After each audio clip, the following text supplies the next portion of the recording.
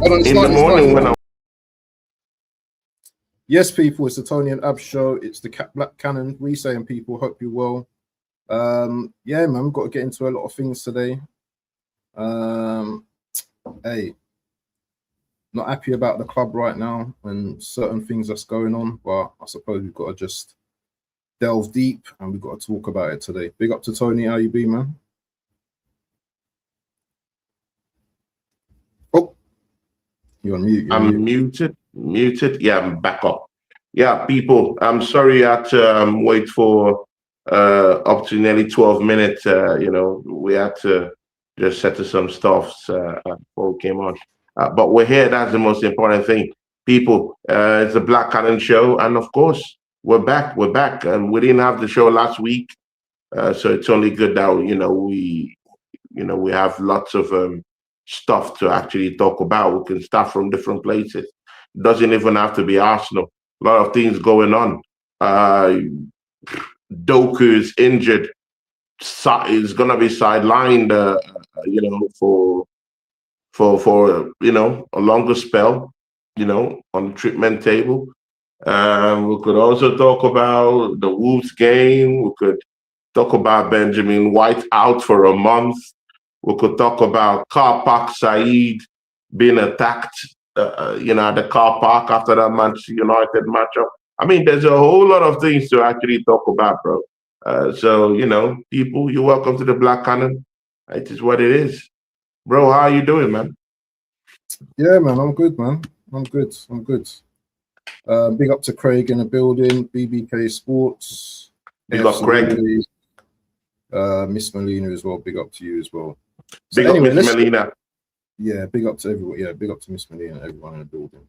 But I think what we need to talk about probably first is our own club, internals and stuff like that.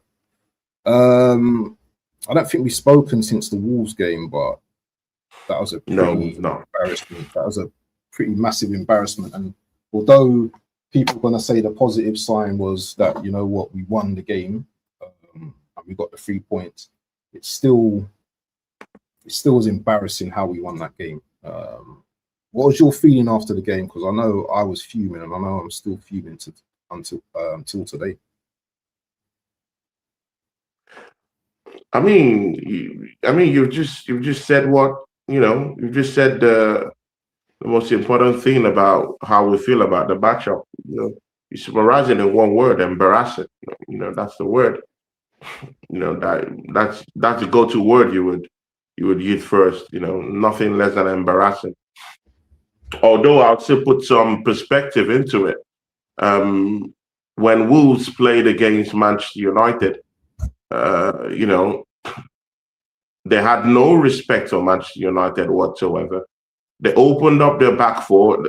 They opened up their defense, opened up their midfield, like a 24-hour Tesco shop down there in the UK, and Man United, said thank you and did their job on them. So, of course, that pressure was on Arsenal to actually, go hunting in that game against Wolves. You expect them to just, just smash them up and put goals behind the net. And again, it's at home, it's a home game. But the thing there is that, like all these other teams, even Man City too did the same thing. Yeah, they've devised the means to play anti-football against Arsenal. This is the thing. The same Wolves that opened up against Manchester United decided to just go on a low block against Arsenal. So just imagine if they've been going on that low block and playing like that all season, would they be with 2 points? But the thing there is that they play with Arsenal, they lock up shop, and that's what it is. Arsenal have to try to break down these teams every single week, and it's grueling, man. It's grueling, man. It's just painful to just see what Wolves did, and they did it to perfection. Very nearly got there. Very nearly got there. Can you imagine them taking a point from Arsenal? But again, we're bailed out by goals scored by Wolves. I mean, it's just embarrassing. The only player who could really hold his head up high, in that game was Bukayo Saka. And again, all our warnings about rotation, resting of players, and whatnot, we could now see how Declan Rice looks like. Absolutely knackered, bro. I mean, he looks tired. Wasn't his best game on the night, and again, you just have to, ask that question. Mikel Arteta, what was your tactics going into this game? But again, we signed players that could actually work within those spaces to find those pocket spaces, little pocket spaces that are, that are left behind just a little bit when these teams decide to go on a low block. We have Trossard. Trossard didn't start. We have AJ, who was also acquired to actually break down this kind of system. I really do think that Madueke would have been more effective in the first half to use him in the first half, even if Saka bailed us out. But I just really think that Madueke causing lots of problems in the final third would have opened up the game a little bit more, and given maybe Gyökeres that little glimpse of chance to just work his magic in and get something onto it. But again, Gyökeres is a different topic altogether that we might be talking about. So, it is what it is. Nothing less than an embarrassing showing from the Arsenal, But again, at the end of the day, a win is a win, and I'll take 3 points on the board. I'll take 3 points. On a different day, that game is a loss. Let's don't get it twisted. On a different day, that's a loss. So if we get that 3 points, I'll take it to the bank. It is what it is at this point. And I don't think any rival should be laughing at us at what happened in that game. Yeah, it's embarrassing. Liverpool have been winning games in an embarrassing way this season. Even last season when they won the trophy, they luckily scaled through games, and people called it a thing of champions. But with Arsenal grinding out 3 points against Wolves, it's embarrassing. But again, I can really get that's from our own standards that we're talking about right now. It's embarrassing. It's this, we get that. But at the end of the day, you have to also talk about we putting the 3 points at the table. I don't know about you, bro. Yeah. Big up to Long-Haired Jetty, Paul Fulwell, Tyrell Gunner. Big up to Long-Haired Jetty, my guy. Craig Matthews in the building as well. Yeah, it was embarrassing, man. It was embarrassing. And as you said, you could have started with some of those players that started the Bruges game. Madueke was impressive. He scored 2 goals. He may not have bagged against Wolves, but what do you have to do to start in Arteta's setup? Now, people can say, well, they were resting him and all that. He don't need no rest. He's come back from injury. A game like that has got the muscles going. Confidence going as well. He didn't even actually feature in that game, which I found was quite weird. But apart from that, there was nothing. The way Arsenal is, and the fan base and the players and the whole team. I know we make predictions on games and stuff like that, and I know Wolves are at the bottom of the table and stuff like that. But I think these are the games, which have proved to us that they could be banana skins. And to be fair to Wolves, they played Wolves. They played Aston Villa a few weeks prior, and they were really good against Wolves. They had a goal disallowed against Villa. Sorry, they had a goal disallowed, and they actually had a lot of shots on goal against against Villa. So, yeah, thinking that we're going to beat them 4-5, and even I thought we was going to beat them about 3-0. But that's just overconfidence with these teams, isn't it?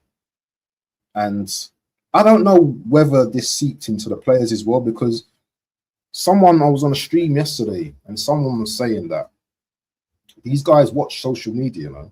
They do watch the social media, so they see the energy that's online from us fans, you know.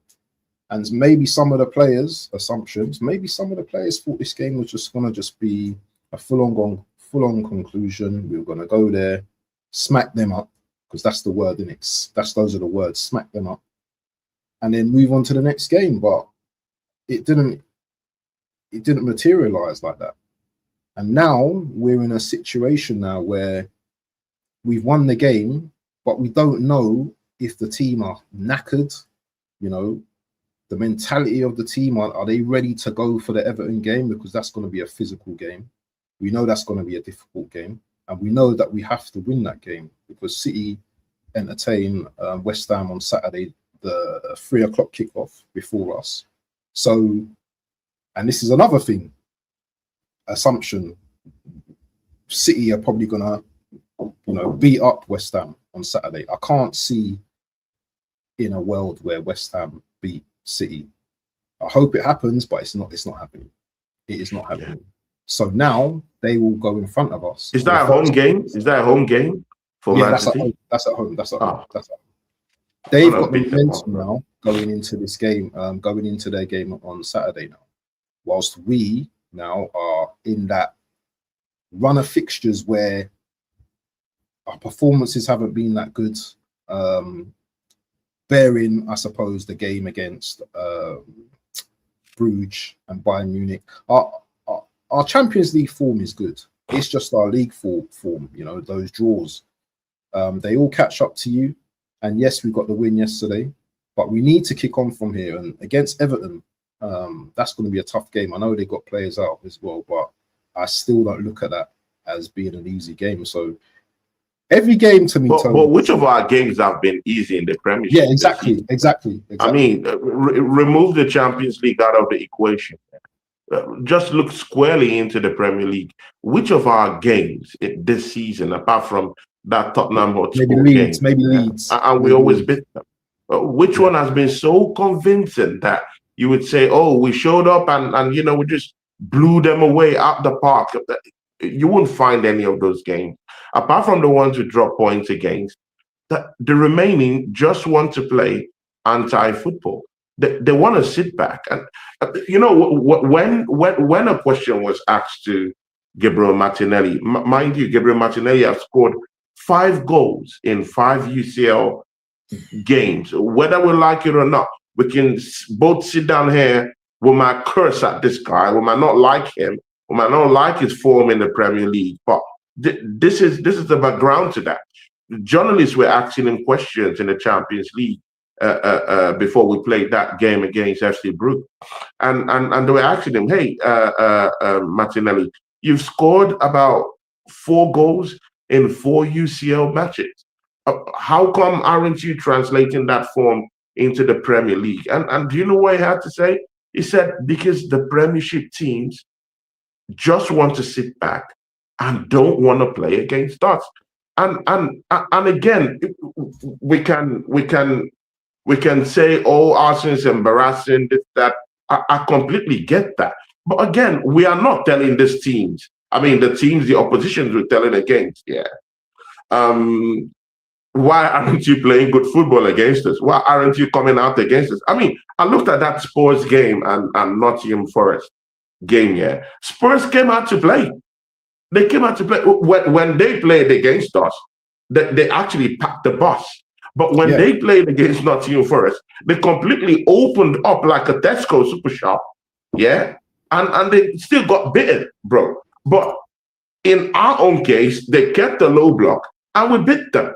So one thing I've seen is that there's a way these teams want to really, really kind of like stifle Arsenal, stifle our chances, stifle all our outlets, and it stinks. It stinks. So there's only one guy, I suppose, in the club and the players as well, yeah, that are gonna unlock, you know, teams this season. How are you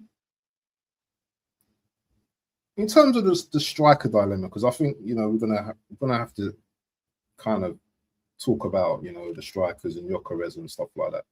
I don't know if you watched Matty's. Did you watch Matty's show today? Did you catch Matty's show? Yeah. Did you catch your show today? No. Oh. You know, see the time difference. Yeah, I'm at work at that time. I leave so early to work at that time. Once you've said what you've had to say, yeah, I will ask you to go and watch that video because it's given me a different outlook here on what's going on with the wingers and the strikers and everything. He broke it down so well today. So on your show, shout out to Matty. On your show yesterday, obviously I watched you and Oregon Gooner show. Big up to Oregon Gooner, and I caught like some of it in terms of like we were talking about the striker and all that kind of stuff, and I noticed that there's part blame on the system, there's part blame on Gyökeres, and there was part blame, I think, on the players not finding him as well. What was you leaning stronger to in terms of, you know, all of those three categories? Is it the player himself mostly? Was it the system? Is it the players? You know, how is your thought still on that situation? See, Waffle Don, yeah. Sometimes we Arsenal fans, yeah. Sometimes we have to admit when we get something wrong and move on. There is no shame in saying we wanted Victor Gyökeres to come and he has failed. System-wise or no system-wise. When you are being brought into a football club for above 60 million plus to a football club, you come in with a lot of reputation, you know, and with the reputation that Gyökeres have gotten in Europe, he's known as a Grim Ripper. I mean, when you have scored 100 plus goals in nearly 2 seasons in the Portuguese Liga and also in Europe, because people always fail to recognize that it's not just Portugal. Man was also scoring goals in Europe. So he was doing both well domestically and scoring against the likes of Manchester City and Real Madrid in Europe too. So when we wanted Victor Gyökeres, yeah, we all felt, hey, he's the bagsman that we need at the football club because Arsenal is in serious need of a bagsman, and he looked the complete bagsman. And whether we like it or not, he's coming to the football club. The system has been so unfair to him, and he hasn't gotten to where we want him to get to. Now, that's a systematic fault. But again, he knew the kind of manager he was coming to play under. He knows that Mikel Arteta isn't that kind of guy that is going to tweak his system to necessarily accommodate him. I mean, read the room. He knows that. So, I mean, you should be ready to actually rage against the machine. You should be able to tweak the matrix just a little bit and find your own rhythm. And again, that's because, you know why that is, Waffle Don? Because that's what world-class players do. World-class players find a way. World-class players make those runs. No excuses. No excuses whatsoever. They make it happen.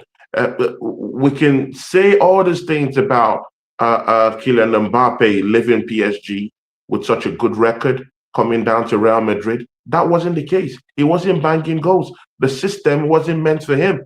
Something tweaked in his head, and he just had to adapt to that Real Madrid system, and he started banging in goals. Look at Lewandowski. And again, you don't even have to be the fastest.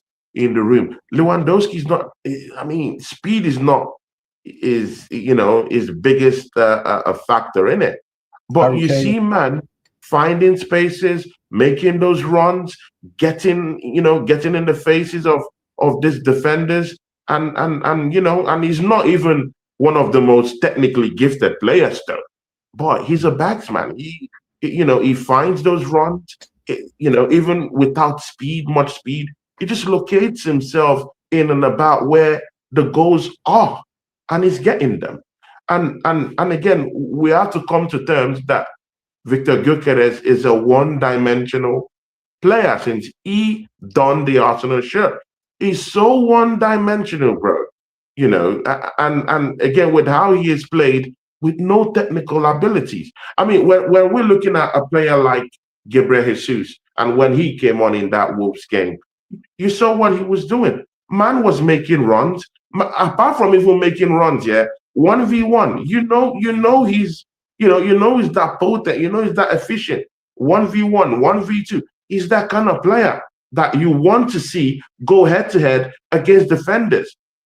He makes the defenders shit on the pants, bro. But I'm looking at Gyökeres with all these defenders, and they're comfortable, bro. They're utmostly comfortable. There's no, they're not out of fear. They don't fear him necessarily. Yeah, he has that power, but what's power when you don't wield it? But Jesus, when he came on, it was everywhere. He was making those runs. It was cutting in from the wings. It was right there where that header came up, where we got our second goal. I mean, it was just everywhere, and that's what you ask for your striker. Good, throw that all away. If maybe that's not a believable story, good and okay. Then we're looking at Madueke, who came down to this football club. And mind you, he came to this football club with people hating on him. Let's get that fair and square, bro. Let us get that fair and square. Many people loved and showed grace and love for Gyökeres. Madueke wasn't welcome to this football club, bro. Let's get that out the way. Yeah. And then when man came, purely different system he played at Chelsea. Yeah. But one thing with him is that he's very consistent in being one thing. He always probe into the opposition box. It causes lots of problems. End product wasn't his game right then. But right now, in the space of weeks, man have scored against Bayern Munich. That's a unique place to be in.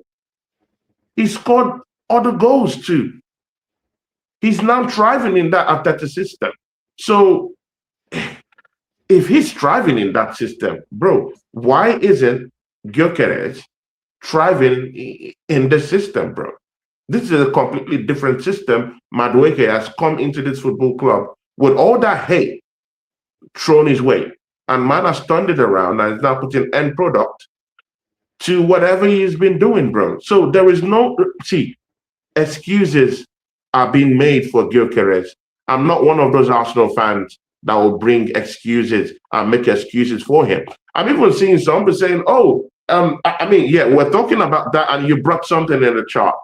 You said, but he hasn't in the game he's played when we're there. We haven't lost. Good, nice that you brought that up.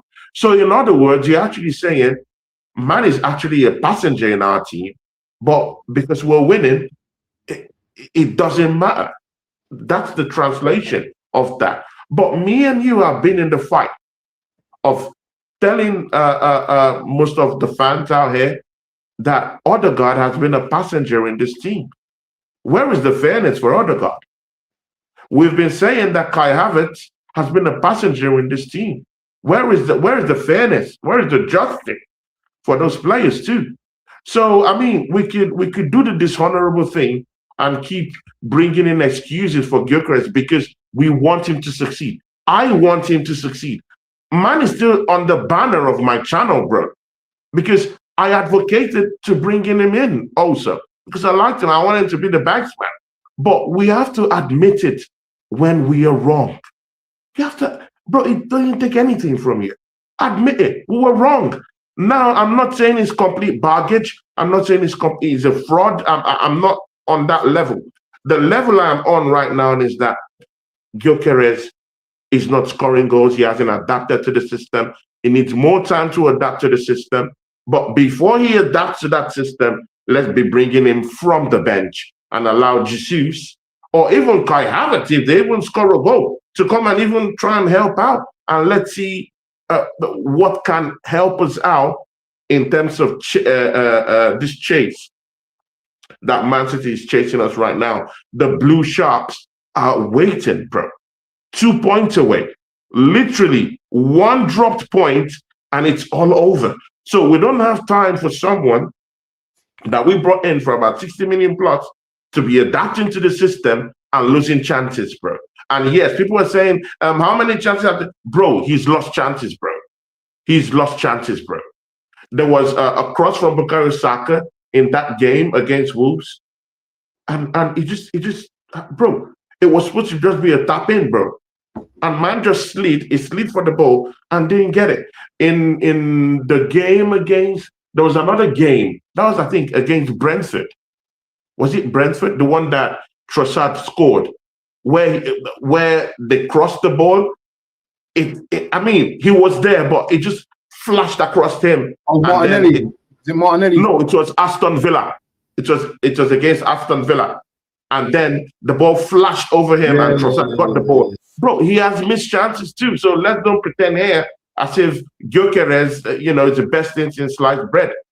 I'm not on that. I'm not on that concoction. So the thing there is that he is not playing well. He hasn't adapted to the system. The blame is on Mikel Arteta. Something needs to happen. And right now, because we're going for this league title right now, I would prefer we bring in Gabriel Jesus, maybe in the first half to help us out, and then second half he can come in and see what he can do. But for 90 minutes, for him to be on the pitch, no. There has to be some certain form of concession to other players who are coming in and help out, since he hasn't grasped the whole system yet. I'm not saying he's shit. I'm not saying he's a fraud. I'm just saying he's not there yet, and we can actually use other available resources to help us out for this title chase. Because Man City are not sleeping up, bro. They are not sleeping up. Erling Haaland, has already gotten 17 goals this season already, bro. 17 goals, bro. I can't boast about that for my main striker that I brought for big money. They have Phil Foden, who has already scored 10 goals and 2 assists already this season, bro. And that's a Man City team that people felt that didn't start quite well. So they're already raking in the goals, bro, already. So there's no room for excuses, my bro. We just have to, make this work and do the right thing. And that's by using the squad depth that we claim that we have right now. We claim that we say that we have squad depth. Let's use it, bro. Yeah, so I'm gonna kind of answer some of them points that you made. So firstly, I want to say, please watch that. It's a long one, yeah. Matty's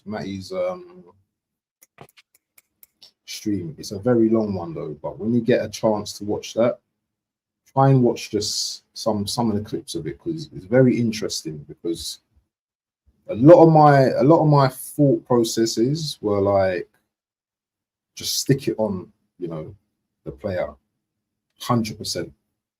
But there's some interesting things you said, yeah, about passengers and stuff like that, yeah, because even though we paid a lot of money for this guy, yeah, Gyökeres, yeah, 64 million, and we expected him to hit the ground running, which he hasn't, yeah, he's still come from another league. Now, we can argue that Ekatike has come from another league and he's hit the ground running, yeah, 7 league goals in the Premier League. Yeah. Even Calvin Lewis has got 5 goals already this season, whilst Gyökeres has got 4 goals this season. So he scored goals, but not enough, in my jurisdiction. Yeah, he's not been in games. He's not looked like he's been in games, as you say. Yeah, so all of that, that's all factual. Coming from what you're saying, and I agree with that 100%. Yeah. But I'm not laying 100% the blame at his door. I'm not going to do it, and I'll tell you why. Yeah. Why are the players like Odegaard, who has been at the club for how many years? Why is he not? There's a brilliant example in the Atletico Madrid game, where I don't know. Have you seen the video? Have you seen this video where the guy's saying pass the ball, Odegaard, pass the ball? Have you seen that video? He's saying pass the ball, pass the ball, pass the ball. That's just one example. Yeah, there's an other example which Matty. That's why I said to watch the video. There's an other example where Gyökeres is actually doing good movement. That things that I've not really paid attention to. Yeah, but the players are not looking for him. You know, Madueke, he's got a wicked opportunity, yeah, to play the ball into Gyökeres. Gyökeres has actually opened up his body. The space is behind Konate. He's decided to cut in and shoot. Yeah, there are examples of Gyökeres doing good things. I'm not going to say all the time. Listen, I'm not here to defend Gyökeres 100% because a lot of the points that you made are valid. I'm not saying that, but I don't think that I'm not personally going to put all the blame on his door. He made strides to come to this club. Yeah, he wanted out. He wanted to come to Arsenal. He wanted to be the main striker to wear the number 14. Yeah. Do you think, Tony, yeah, that Arteta is actually helping Gyökeres right now to become that elite number 9 in our team right now? Because when I hear him saying we love Havertz and, you know, he's going to be the main guy when he comes back, how are you going to feel about that when someone's talking like that? And you're the guy that's fit and playing. How would you feel about that if I said, you know what, Tony, yeah, you know what, yeah, Tony was streaming, yeah, but you know what, I love like let's just give an example of a streamer who just Latvian Guna. You know what, I love Latvian Guna, man. I can't wait, you know, until I stream with him. How are you gonna feel, bro, when me and you, do you know what I'm saying, yeah, stream literally all the time? You're not gonna feel great, are you? It's not gonna make you feel good about. It's not gonna give you that confidence, is it? Well, again, it depends. It depends on some certain parameters. Are you looking at it from a competitive point of view? And that's the view many people don't look at it from. You have to look at it from a competitive point of view. You know, but again, it is what it is. Either way, he has to score us some goals. I mean, see, this is simple, bro. It's simple. Score us some goals. See, if he scores a hat trick at Everton, what happens? What happens if he scores a hat trick at Everton? Is all forgiven? Yeah, good, bro. Then you're beginning to quieten. See, bro, this is the thing, yeah. You can't cover up for Gyökeres in any way right now. You know why? Because the numbers don't lie. If he's scoring goals right now and sort of just tweaking the system and just scoring some goals and just even while being a passenger and he's scoring maybe 1, 2 in 2 weeks, he scores like 2 goals, 3 goals. Not that much, not Erling Haaland numbers, but he's giving you something to run with. Yeah, he's giving you something to run with. But bro, how can we be with a striker here who we call our point man? And the basis of him being our point man is just to hold off defenders. Bro, it doesn't work in that way. If we needed someone to hold off defenders, I mean, let's just put Merino there and say he shouldn't score. But the fact there is that even Merino has better numbers than our main striker, bro. This is the truth. Yeah. Merino has better numbers and better match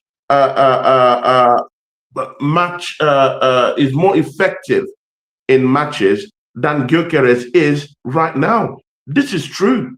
Pure facts, bro. The numbers don't lie. Either way, no matter how you want to look at it, Gyökeres has to give us numbers, something for us to run with. And right now, he's not giving us anything to run with, and that's the bigger problem. Suited? Why is it the system he's better suited? Is Mourinho? We all know it's a system. We all know it, as well? There's no question. It's a system. But again, why that very reasoning is unreasonable is that he already knew before he came on that Arteta plays certain system. You and your representatives must have done your due diligence. Arteta not tweaking the system for the player then, and just being stubborn and rigid in his system. We're supposed to win a title together. Again, he's a footballer. Bro, you've been in football business, bro. You know these things we're talking about. Most teams, you've been in football business. Look. Pep has built the team around Haaland, yeah? Yeah? We agree with that, yeah? Okay, you can say so. So why has this team not been built by around Gyökeres? Because that's when you're going to get the best out of him, isn't it?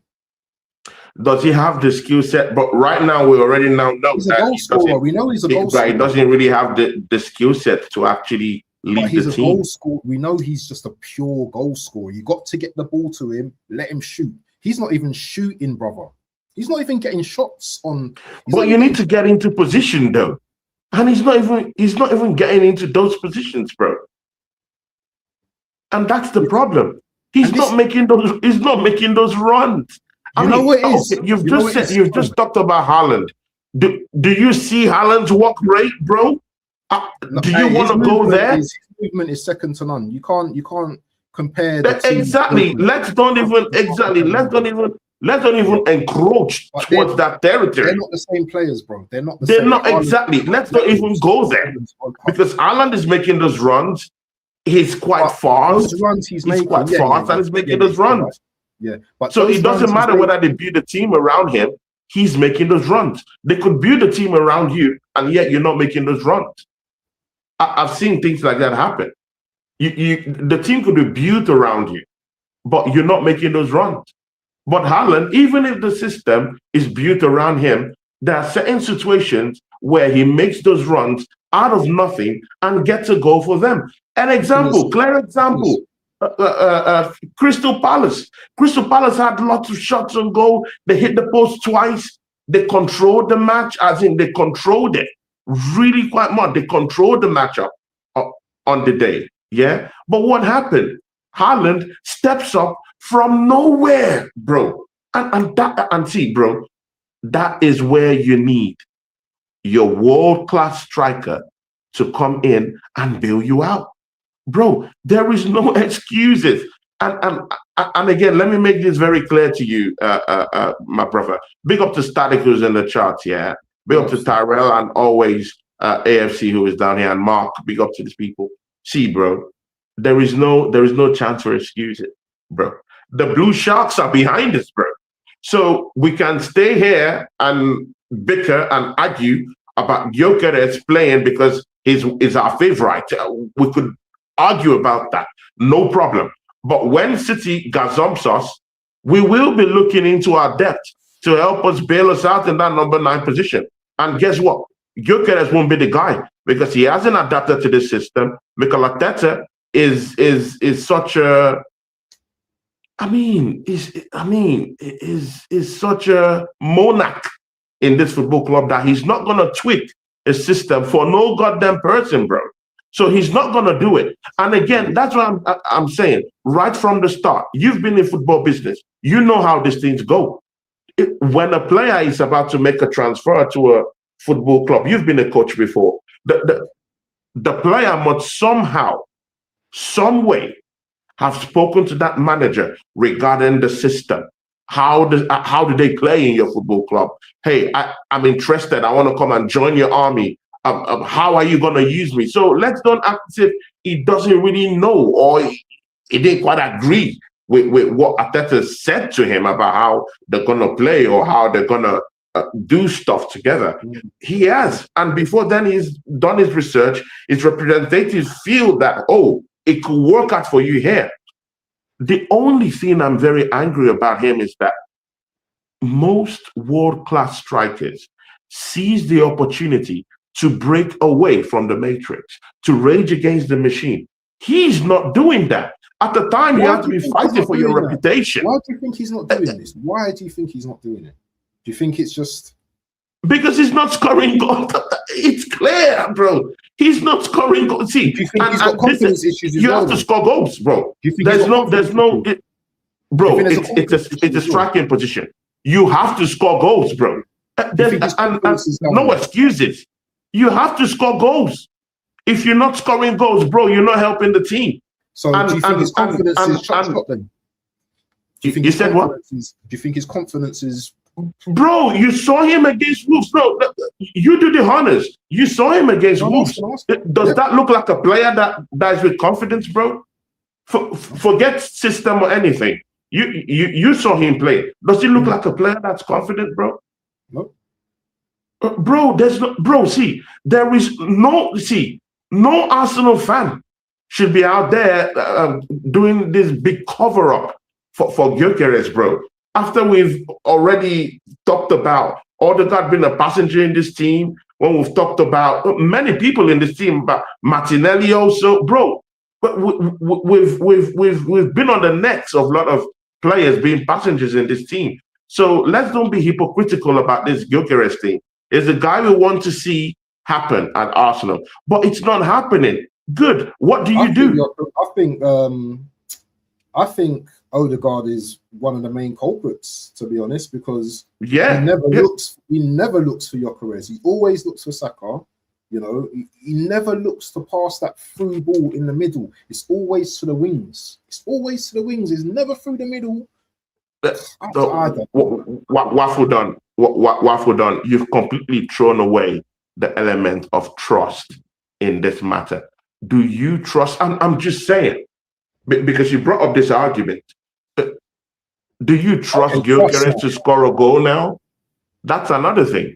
So that when you don't trust a striker to score a goal or to help out the team, and you know it's a passenger, the captain knows it's a passenger, would you send the ball to someone you likely trust to make magic happen, or you send the ball to someone that is likely that he's not going to do anything with the ball? And again, when you're talking about trust, you have to also compare it to something like Haaland. Yeah, when people want to, when his teammates at Man City want to pass the ball, they look onto Haaland and say, you know what? Yeah, we actually do trust Haaland to score goals, and they would send that ball across to Haaland because they do trust. There's an element of trust. There's no element of trust with Gyökeres right now. You have to give us numbers. You have to give us something to run with. That's all I'm saying. And the Southern Gunner is saying something here. But shout out to the Southern Gunner, our big brother. You know, he says here, if Odegaard, Martinelli, and Saka are off the ball, then how does the striker be successful? Again, it is what it is, isn't it? No, but there's another thing as well. In the Bruges, listen, receipts galore. There was a game against Bruges where Odegaard, and you're saying the trust thing, yeah? But really and truly, if a player's in space, you surely got to release the ball to them, whether you trust them or not. You know, because it's not like he's getting chances and he's shooting, yeah? He's just not even getting the ball at all to even turn, shoot, or anything. Because we know what his ball striking is like, yeah? He's very good. He can strike a ball. But we're not seeing that right now. So Odegaard, who's a pinnacle in our side, yeah, if he's not passing to him, yeah, this is a big problem as well. I think this is a problem as well. This is just as bad. Okay, I'll ask you this question. When Jesus came on the two occasions that Jesus have come on to play for Arsenal since his injury, was he starved of the ball? I mean, no, because he's come on at a time. He's come on at a time where defenders are probably like tiring as well, worked, so spaces are going to open up during the game.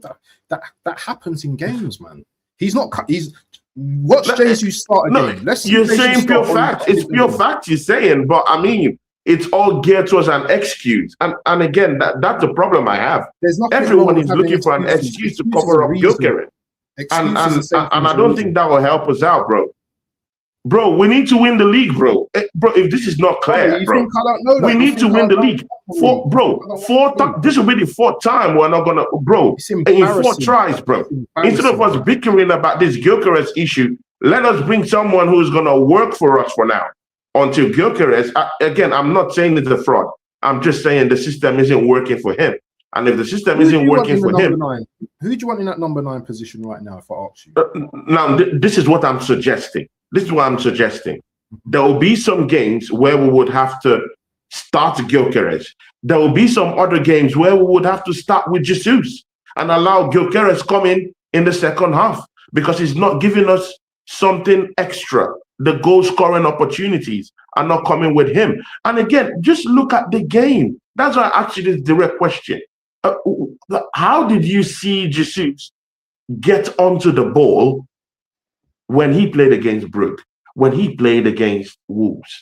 Bro, you don't wait for other teammates to actually get the ball to you. Sometimes, you have to tweak the system. You rage, you go and get it. And that's what Jesus does. And he does that effortlessly. But the thing there is that I'm not going to say, let's just use Jesus all alone. He's just coming from from an injury layoff of over 1 year. We can sparingly use him. But what I'm actually trying to say here is that I'm not going to say, let's just keep Gyökeres and make sure it works out. No. He can come in from the bench sometimes. He could start sometimes in certain kind of games that we really do need his expertise in trying to hold off defenders and open up spaces for our outlet players to just come into the game and bring them into the game. Yeah, I completely get that. But there's some other games where we don't need him to be there.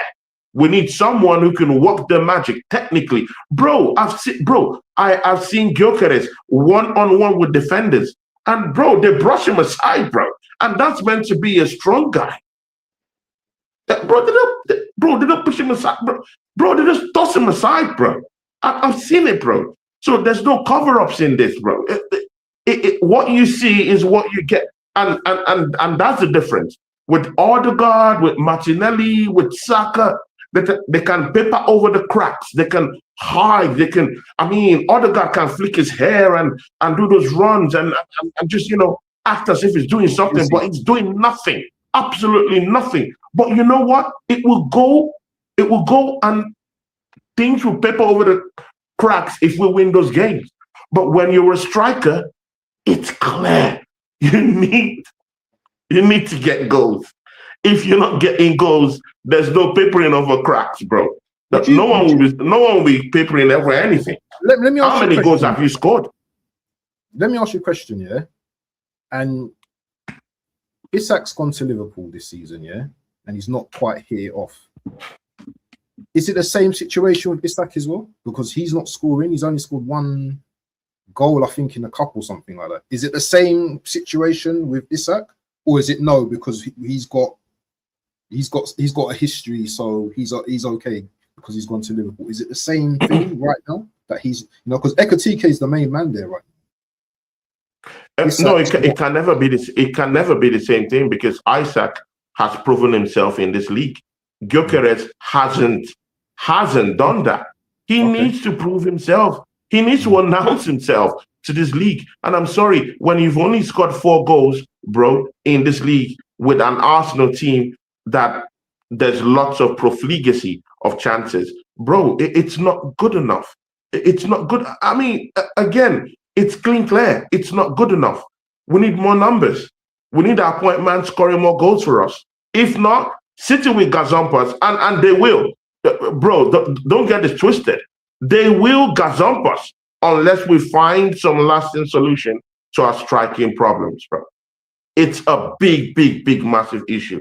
And if we keep bickering about Gyökeres, we're gonna lose the big picture, and City will just run away with this title once again. It's clear. They're gonna run away with it right now. So let's allow us. We claim we have squad depth. Let's use our squad depth. Let's use Jesus. When Kai Havertz comes in, let's give him a fair shot. If he scores goals, I'm all up for that. I'm shameless right now. I need a trophy now. So But to just say Gyökeres is our point man, even if he's not scoring goals, let's keep him there. But bro, it doesn't make sense at this point, bro. Even you know, deep down in your heart, you know it doesn't make sense. You know you have to make use of other options if that option isn't working. You know what they say about a fool, innit? It's someone that, you know, does a thing again and thinks it's gonna work, innit? I you know what, yeah, obviously we're two different thinkers, innit? So, you know, we both think differently. I just think it's a bit of both, innit? I just think that, you know, this guy's being set up to fail, but I also think that Gyökeres should be doing much more in this position as well.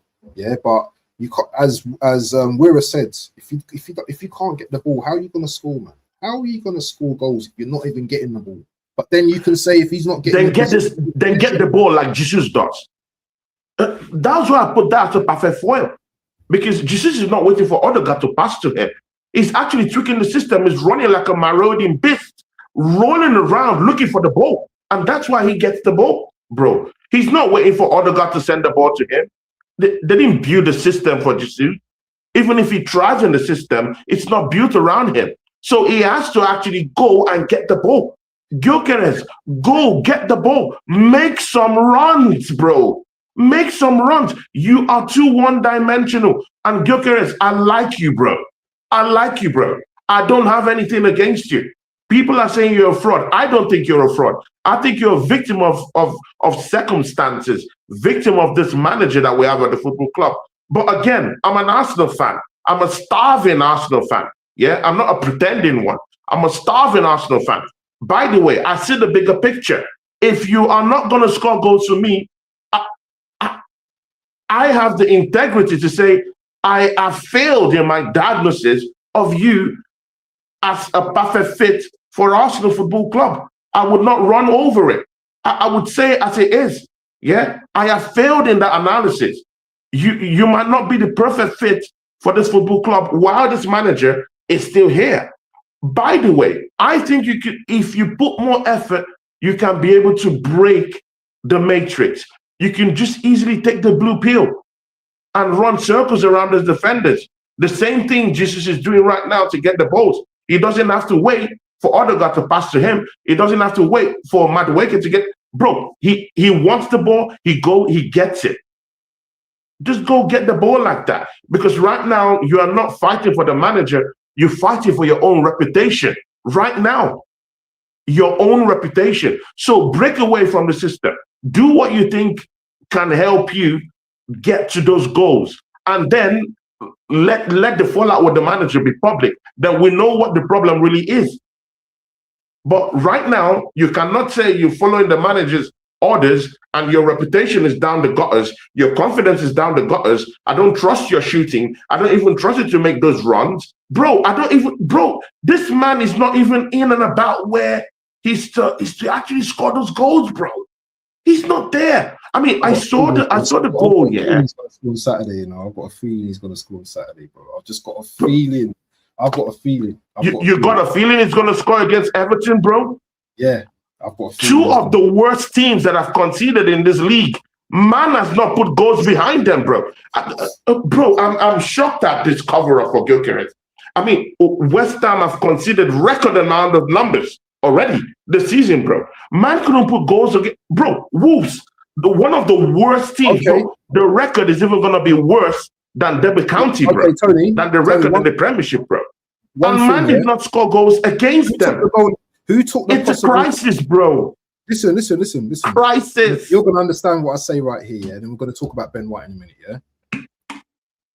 If Timber hadn't jumped up against Chelsea, yeah, and headed that goal, Gyökeres would have headed that, and we'd have won the game, yeah? And then the blow wouldn't have been as bad. But you know what? Circumstances, Timber went for the ball, Gyökeres didn't get it. Do you know what I mean? It's fine margins in this game, bro. As I said, if he goes to Everton and he scores a hat-trick, yeah, no one ain't going to be cussing him out. So, you know what? I hear what you're saying. Very good points from the chat as well. You know, there's different views in it. Everyone's got different views on Gyökeres right now. Which, yeah, it's what it is. I understand. And yeah, it is what it is.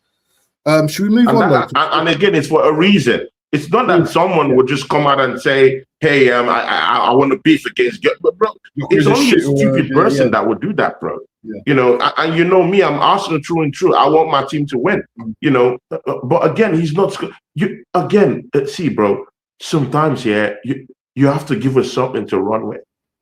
Give us something to run with, bro. You can't defend someone who's not giving you something to defend him with. He has to give you something to defend him and say, "Oh, okay, good. You're talking all this smack talk about him, but look at the goals he's scoring. He's not scoring many goals or bagging many goals, but look at what he's got. Look at what he's brought to the team." And again, Abs, I've always told you, if you're not scoring goals for me, not to worry. Give me 20 assists. I take assists. I reconcile them in my own account books as goals. So if you're not scoring goals for me, no problem. I swear to you, if Gyökeres had maybe like 15 or 10 assists rather than 0 goals, do you know what? Yes. No. Bro, if he had 15 assists in this campaign or 15, 16 assists, in this campaign, I would be the number 1 guy, championing him to be in that team. You know, it's simple. I equate assist with goals. If you're not scoring goals for me, you better be putting up assists. But he's not doing none. So he's at the end of the day, what does that translate to? He's not giving you anything to defend him anywhere.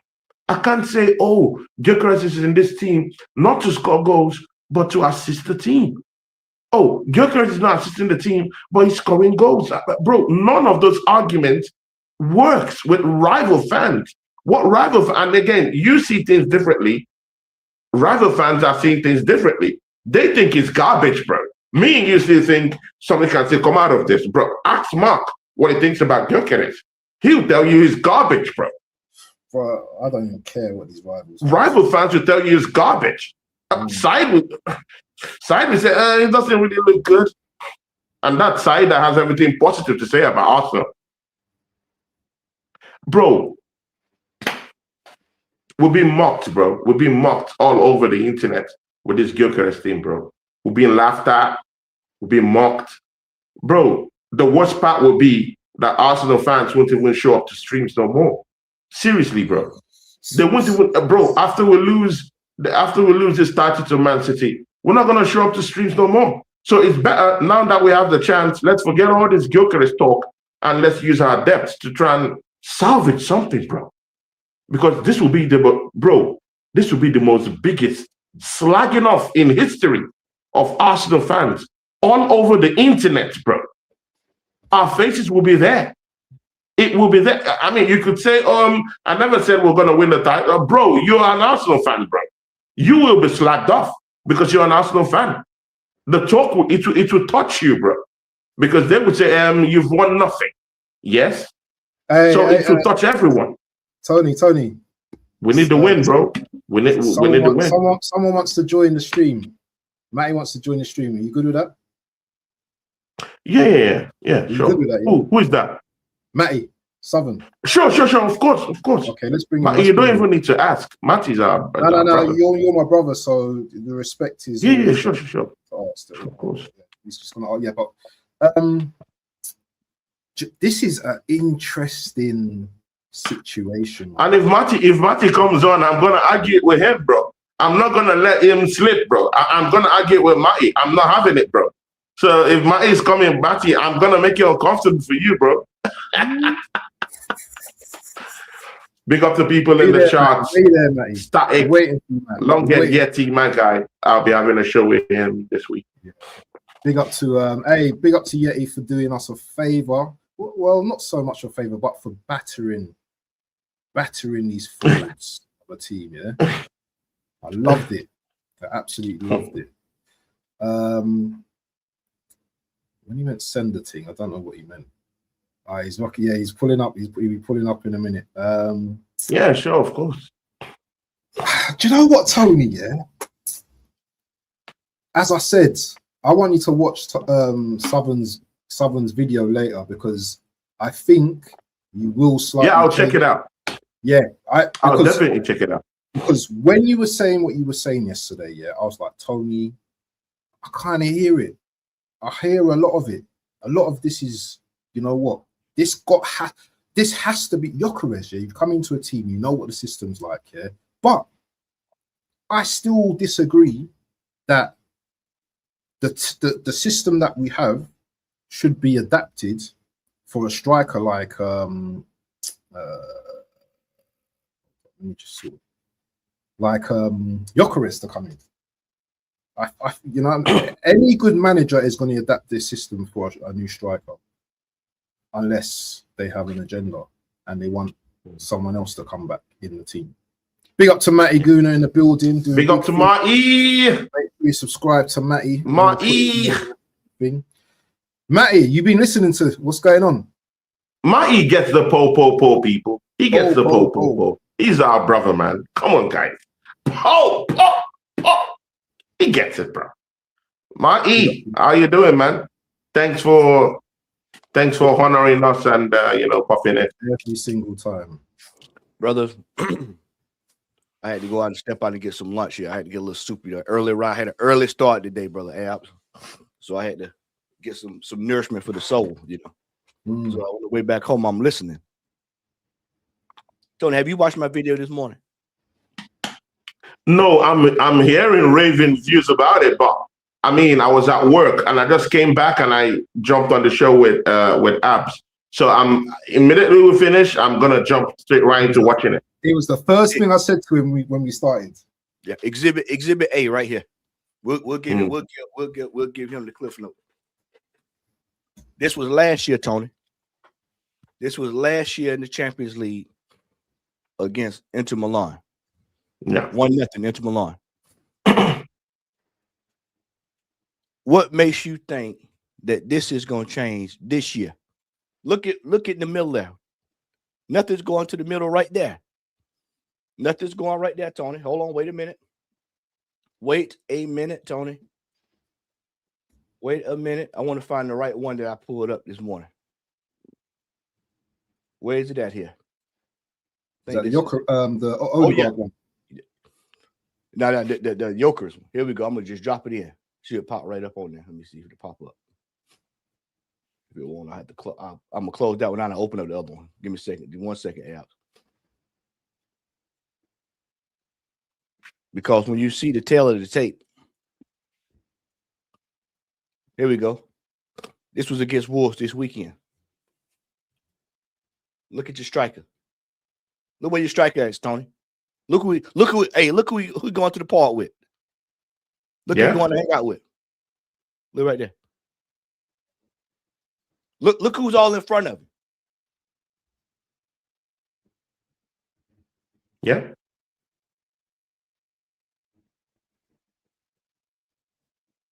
There he is right there. How's that going to impact? How's that right there? How is that going to impact this gentleman here? People are saying, and I said it this morning. Don can attest to this. He was there. I'll say it again. People are saying he's not thriving. I personally say he's overachieving with what he's working with. To have 4 goals in this team, considering that the manager's playing from the wings, he's playing the same style of football he played last year. Saka sitting on 1 assist. Martinelli has no assists, 0, nothing. We're in 17 games of football. 17. We're halfway through the season, gentlemen. 0 assists. The only man that was cutting the mustard on the wing was Trossard, and Trossard's in and out due to what? Injury. Matt Wakey hadn't been given a quality chance. I would have liked to have seen Matt Wakey play this past weekend, considering he had 2 goals on Wednesday night. He's in form. Let's see what he can do with him. When we go back to the beginning of the season, and Matt Wakey was there with Gyökeres, Gyökeres gets the ball. He's at least attempting to try to get the ball to it. I said it this morning. Any player that has not played under Arteta his entire career, if for some odd reason they can get on the pitch and find Gyökeres.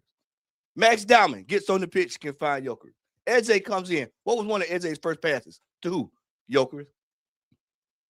But yet you got Martin Odegaard, who's sitting there, the chief culprit. Martin Odegaard, he is like, you ever watch that Denzel Washington movie? What's that Denzel Washington movie? The one where they pulled the bank heist on him, and he interviewing all these folks. And they robbing the bank on him. While he interviewing folks, they robbing the bank. They clearing out. That's what Odegaard doing. Odegaard, he's letting everybody else do all the talk. You know, Martinelli, he let Jokers. So everybody else getting it. But then when you get inside man. Shout out to the chat. Inside man. This is what this is. This is an inside job. People come, oh, well, Odegaard's been hurt. He's played 10 games, 1 assist. We pulled it up this morning. I think it was 3-8 last year. He's getting paid top dollar. Top dollar. Martinelli, top dollar. Top dollar. Declan Rice has got to go from front to back to front. He's leading the team in assists. Declan Rice. Your defensive midfielder is leading the team in assists. Eze comes from Crystal Palace. A shadow of his former self. A shadow. This brother's lifted 2 trophies in the same calendar year. That's more than what Arteta has done in 3 years. He held 2 trophies. Jokers, trophies where he coming from.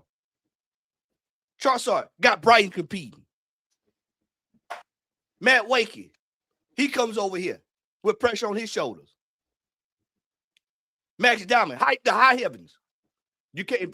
What we hear all summer? Max Diamond. How many times did Max Diamond feature with this team? Did y'all, when we was up 3-0 against Spurs, did he put him in there? Nah. We up 4-0 against Bruges. What did he do? Put a defensive player in. When they got a 16-year-old defensive player and put him in. Then you look at the striker. We ran through the tape this morning. Odegaard had 4 chances on 1 play to pass the ball to him, and he went to the wing. You think? But don't you think that? But don't you think that has to do with the amount of trust that they don't have in Gyökeres right now? He's not firing on all cylinders. He's not a confident striker. He might be dropping in deep. Again, we can talk about this dropping in deep, but how is his confidence level? How is his confidence level? Why is he dropping down deep? Maybe even dropping down deep might even be the way that he could actually literally get the ball in any way. You tell me this is a trust issue right there. Can you also pull up Gabriel Jesus hit map when he came on to play? Pull this up right here. No, Matty. Can you also pull up Gabriel Jesus hit map when he came on to play in FC Brugge and also in that matchup against Wolves? I do you one better, Tony. Let's see his hit map so that let's know if Arteta is telling Gabriel Jesus something else and telling Gyökeres something else. Bro, we need to come to the understanding of that, because I don't know why Jesus is going to be getting the ball. He's more effective on the ball. He's getting the ball. He's playing as a number 9. He has more options cutting in from the wings, and he's looking good. He's getting onto the ball, and he doesn't even need Odegaard to do that for him. So let's see where the problem really is. I know it's Arteta. This is the issue. It's Arteta. But let's start at 23. Let's start at 23. 4 goals, 5 assists. 4 goals, no, Matty. No, wait a minute, Tony. I know Jesus doesn't score goals. I'm talking of his hit map. The hit map. I think he's trying to make a point. 11 goals, 6 assists. 11 goals, 6 assists. We'll go back. 21, 22. 8 goals, 8 assists. We're going to go back. 9 goals, 4 assists. All right, we're going to go. This is all the way back to City now. We're all the way back at City. 14-7. That was his best year ever. How many years ago was that, Tony? 2019. That's 2019. This is 26. I know his numbers isn't good. I'm not arguing about that. I'm just saying. I want to get to the root of why Gyökeres is actually playing from that position. That's what I said. pull up Gabriel Jesus hit map the same way you brought in the hit map of Gyökeres where he situated him. So that let us see how the balls got to Jesus. Let's see what's the difference between Jesus getting the ball and Gyökeres getting the ball. That's what I'm saying. Without even having to find that, because I don't have it. That's why I'm not. If I had it, okay. Yeah, then I get you. Yeah, I get you. I'm going to tell you what the difference is. I'm going to tell you what the difference is. It's the manager. It's the manager. You telling me a player that has scored 97 goals, and I said it this morning, 97 goals, and this brother in the chat saying, well, Jesus was a never prolific scorer. That's a part of the problem, because everybody's saying bring him on to do something when he's never been a scorer anyway. He's never done it. So what makes you think now him coming off of all these injuries, 4 knee surgeries in the last 3 years, he's going to come in and go to the next level? I said this morning, and I say it again right here. We are playing with players that are out of service. They're broken. These players are done. And so when you bring in a player like Gyökeres that you're supposed to get the best out of, you telling me you can't go out there, you look over at Juventus, and we had a player like Yildiz in the team. You had a player like Rodrigo on the team. Phil Foden. Look at all these informed players, and look what they're doing with the players they got. And then you look over at our players, these so-called players that everybody's been talking about for the last 3-4 years. We're on 3, 4, 5 years with some of these players. And people are turning around here acting as if now Jesus is going to come in and save this team. As Havertz is going to come in and save this team, when we have an absolute bevy of work to show that every time they've been placed in the situation to do the said job that people are asking them to do now, they cannot do it. So you know what's coming. We know what's coming here. The problem here is this manager has a set of tools and he doesn't know what to do. Somebody bought him a drill for Christmas and he don't know how to plug it up. He's running around here trying to call everybody, trying to figure out how to plug the drill into plug the drill in. This is why I said this morning what I said. Bertha was very slick with what he did. He went and got, hey, you say you supposed to be this so-called manager. Hey, you take him and work with him. We'll get you Eze. Take him. Because see, the excuse was going to be immediately, and he peeped it out very quickly, that when Havertz went down, oh, we injuries. No, we'll fix that. I'm going to buy Eze. Buys Eze, top. Can't say he don't know what he's doing. You can't say he don't know how to play. We've seen it. And then here we go.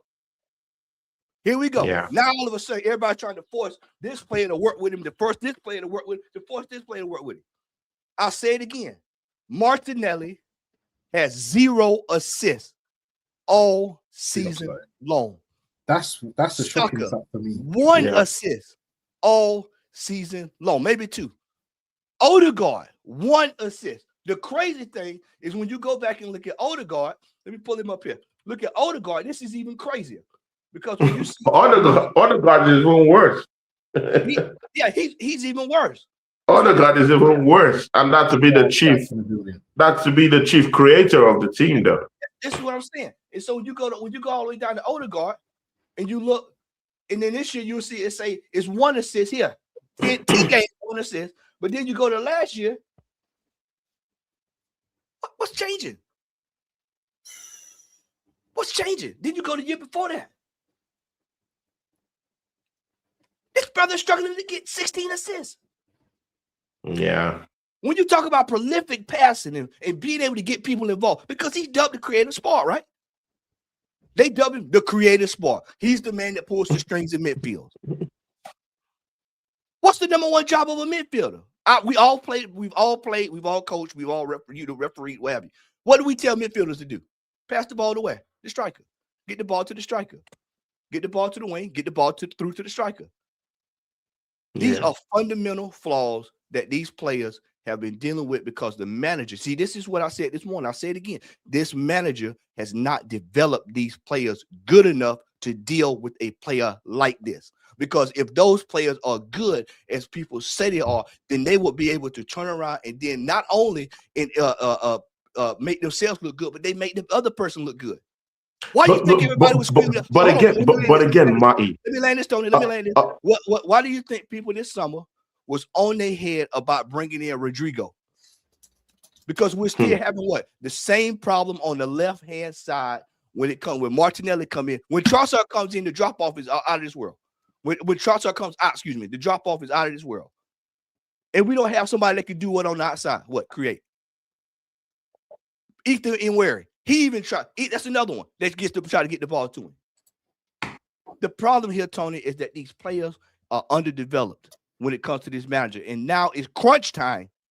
It's just like I was talking about Ken this morning. It's crunch time. Everybody is going straight to the striker.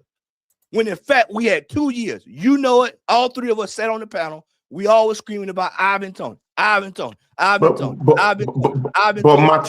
Matty, so did we go for Kai Havertz also. Yeah, Tony, that was we went for Kai Havertz's head on a platter when he didn't score his goals. So I mean, it's not unfair. It's not unfair, Matty, when we're talking about Gyökeres. And actually, we spent so much money in acquiring this. Again, I think he's a world-class striker, Matty. This is the thing. I think he's world-class. But again, if we're having a manager who's not bringing out the best out of him, then why did he come in the first place, though? Because when you're making this kind of moves, yeah, you must have already had your talks with the manager. You already know his system. You must have already given you assurances of how you're going to play, how he's going to merge you into the system. And you agreed, and you said you liked this stuff. You fought for it. You even actually, bro, he was a legend in Portugal. He left his legendary status in Tatis to come and fight for this manager. So I don't want to hear it that, he can't adapt to this. Bro, sometimes, when shit hits the fan, sometimes you have to now fight for the reputation. This man has scored 100 and something goals, Matty. 100 and something goals in about nearly 2 seasons for in Portugal, also in Europe. So let's just explicate that fact that he was doing it domestically, but he was also doing it against the elites in Europe too. Bro, I've seen Gyökeres in Europe, and he still doesn't even look half of what he was looking like when he was in Portugal playing against this same European opposition. So I'm clearly amazed. He's not scoring goals, Matty. Let's don't sugarcoat this thing. I'm not saying throw him away. Again, I think Gyökeres is a little striker. I wanted him in this football club, yeah. But sometimes if the system isn't being tweaked for you, what do you do? What do you do, Matty? You make it work for you. You tweak into that same system. You rage against the machine and try and score some goals. That's all you have to do. Matty, Kylian Mbappe left PSG. When he came down to Real Madrid, he stank up the place for the first month he was there. Yeah, he stank up the place. What do world-class players do? They adapt to certain systems and they make it their own. And look at him at Real Madrid. He's scoring goals right now, and no one cares because he's scoring goals. And again, that's an entirely different system. They're playing at PSG. Entirely different system. And again, Matty, if Madueke, yeah, was playing a different system in Chelsea Football Club, coming into this football club, it was cursed. Many people didn't like it. Even me, I cursed at that signing. I was like, why him? Another Chelsea reject again. And I'm seeing man getting into positions, to score goals. He's creating and he's scoring. He's scoring against Bayern Munich. And there was a goal he scored, the second goal he scored against FC Brugge, where they crossed the ball. Do you know where man was, the second goal? He was hugging the post. Was at the near post, hugging it. That's where I want to see my striker pop in. Gyökeres was in and around the area, but he wasn't really there. I mean, see, we can blame Mikel Arteta. We can do the easy thing and blame it. We already know it has been the problem right from time. But sometimes Gyökeres is to make certain runs. Let him make some certain runs. I see Haaland making certain runs. That team is built around him, but yet he makes some certain runs to get them ahead. Look at that game against Crystal Palace. That game, it was solely meant for Crystal Palace to win that game. They hit the post twice. They were getting on into more of the chances in that game. But what happens? The striker comes in to bail them out. He made the run and he bailed them out from nowhere. That's what I'm saying.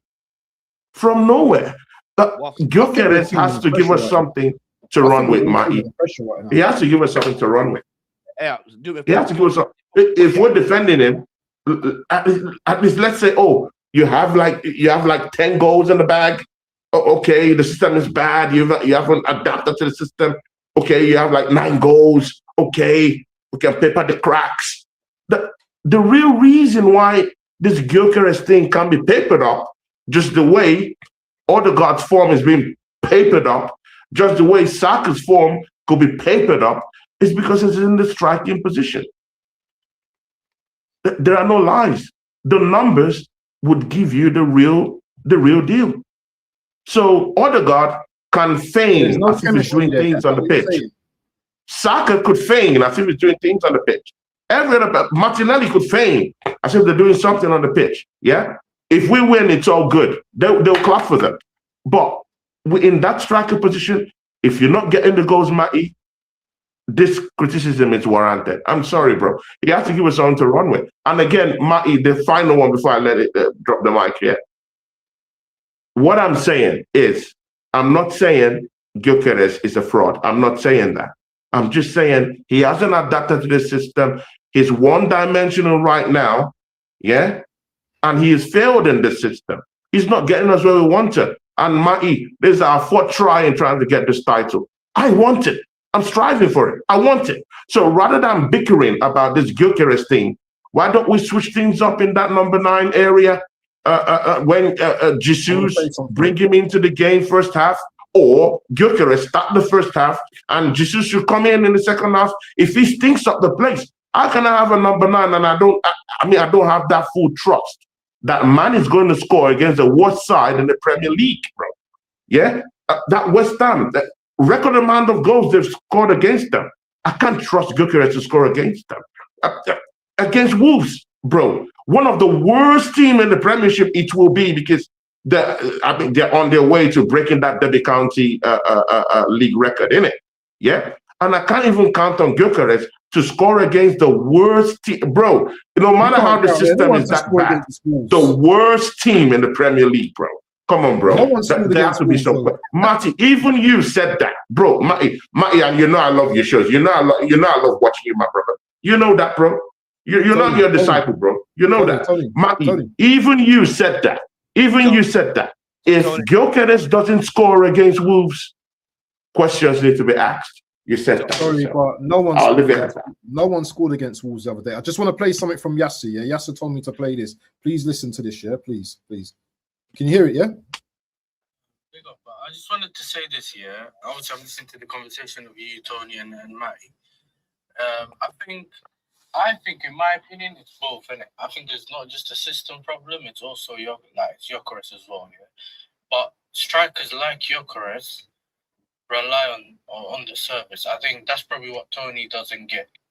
Like, a striker relies on his service, especially the strikers that aren't really good at holding the ball and link up play. Then it's just about providing them with the assist. Like, you just gotta provide them, innit?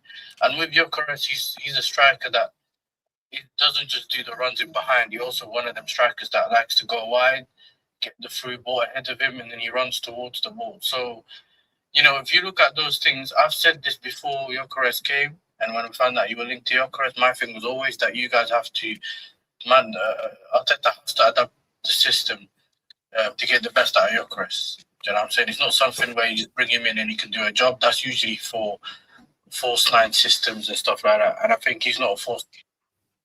There you go. Yes, sir. That's it. Has to be adapted. It has to be adapted. But we know the manager, again. We know the manager is not tweaking for anyone. We know this. It's not tweaking for anyone. We know this. It's a mainstay. So he gets paid $15.6 million. He gets paid $15.6 million. That's his job description.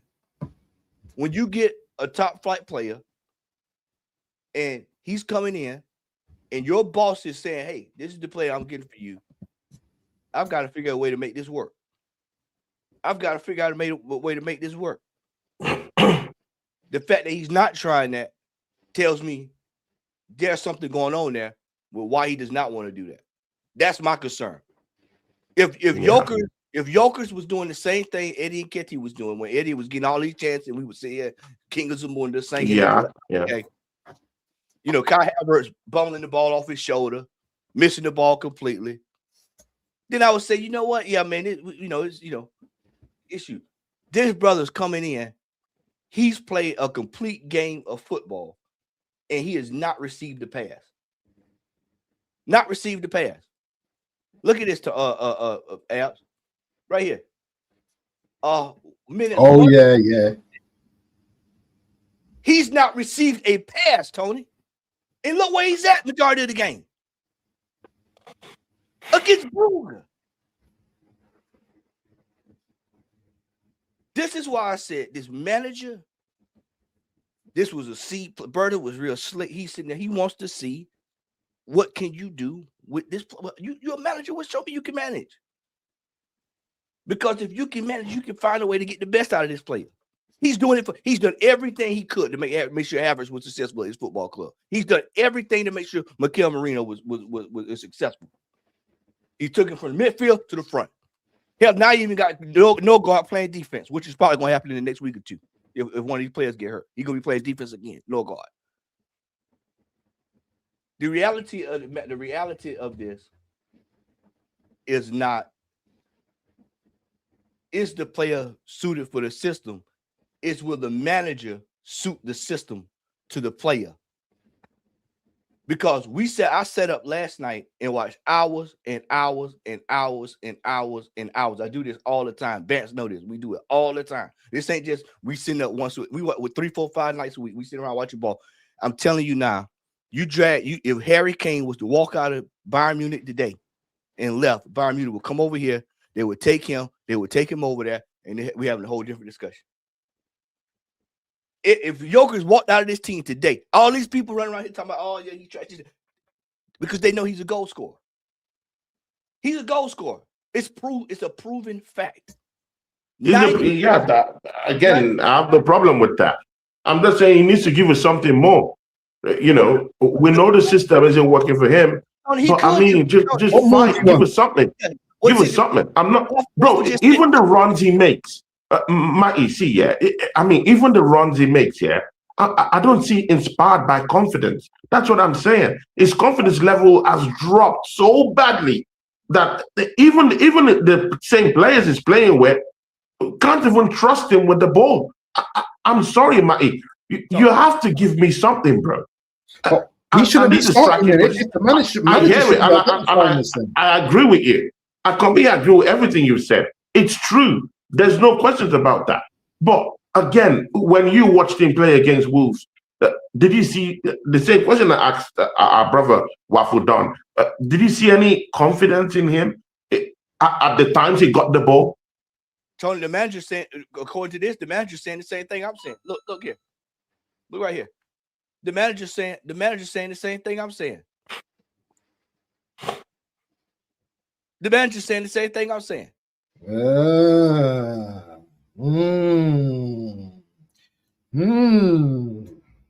It is what it is, right?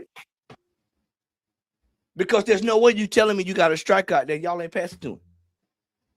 Now, some of that might be what you said, Tony. We don't trust him. Well, you need to figure out how you're gonna trust this man, because you got to work with him. And he trust me, his contract is a little bit longer than everybody else's. So regardless of the fact, he's gonna be regardless. Regardless of the fact, exactly. And that's the bottom line here: is that this Odegaard, either Odegaard needs to ship up or he needs to shape out, be shipped out, one of the two. And I said it last year, and I say it again here. I said it before. Some of these players we've outgrown. We've outgrown some of these players. We're on year 4 of trying to compete for honors. In the same 4, keep giving the same problem we keep having out of the same players that we be talking about getting over the line. It's time for some of these players to be moved on. These emotional attachments to Odegaard. It's time to cut the umbilical cord. How old is he? Thank you very much. So now Arteta is now blaming the players now. I mean, this Arteta is a very shameless goat, bro. It's a shameless he goes, bro. Odegaard, I mean, you're blaming the players. The blame is on you. It's on the system you're playing, bro. It's on a lot of them, Tony. It's This on man is shameless, bro. Martinelli, 0 assists. Odegaard, 1 assist. Saka, 2 assists. Eze, 2 assists. The striker, 4 goals. Damn, bro, how you get 4 goals and ain't nobody passing to you? Ain't that remarkable? He finds 4 goals and ain't nobody passing to him. And then let's not forget when he was trying to get a penalty kick, what did Saka do? I'm taking the damn penalty. Get out of my way. Yeah, I'm taking it. Yeah. That one. Yeah, that one. But when it was Kai Havertz, they gave it to him. Yeah, they actually rallied around him and gave it to him. They run to him. Yeah. That's true. That's true talk. Point. Yeah, that's true. I agree. They love that man.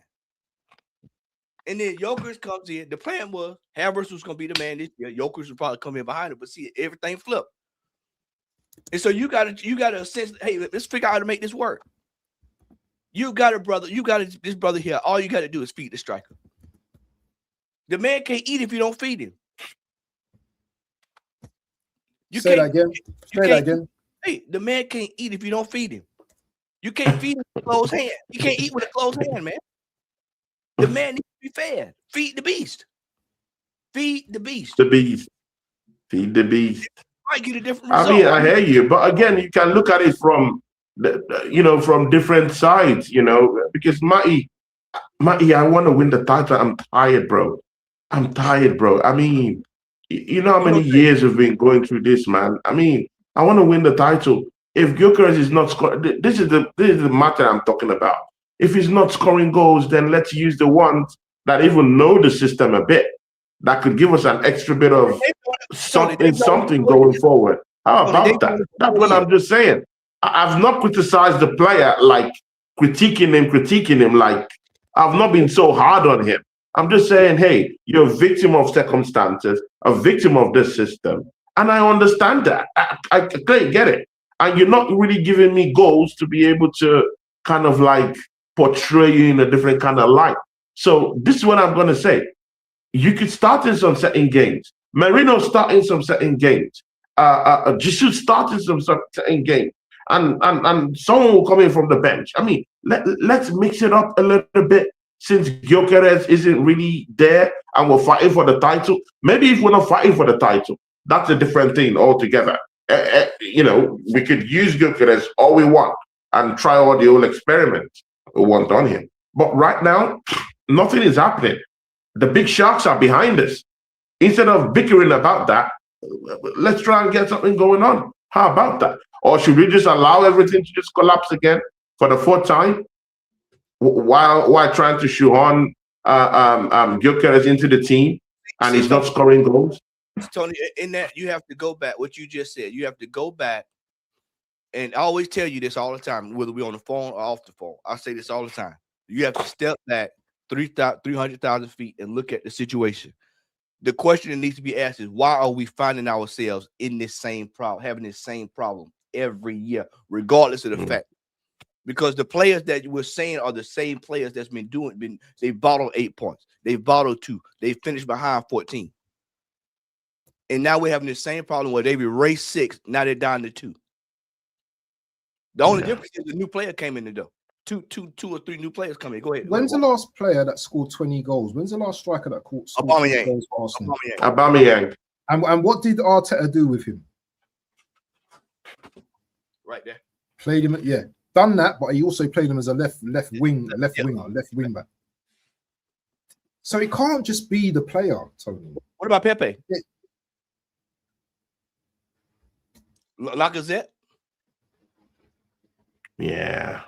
I mean, where we are in it. Where we are in it. I mean, we are. See, the fact is that we know the problem, Matty. It's not that we all don't know the issues. We know the problem. The problem is the manager. This is it.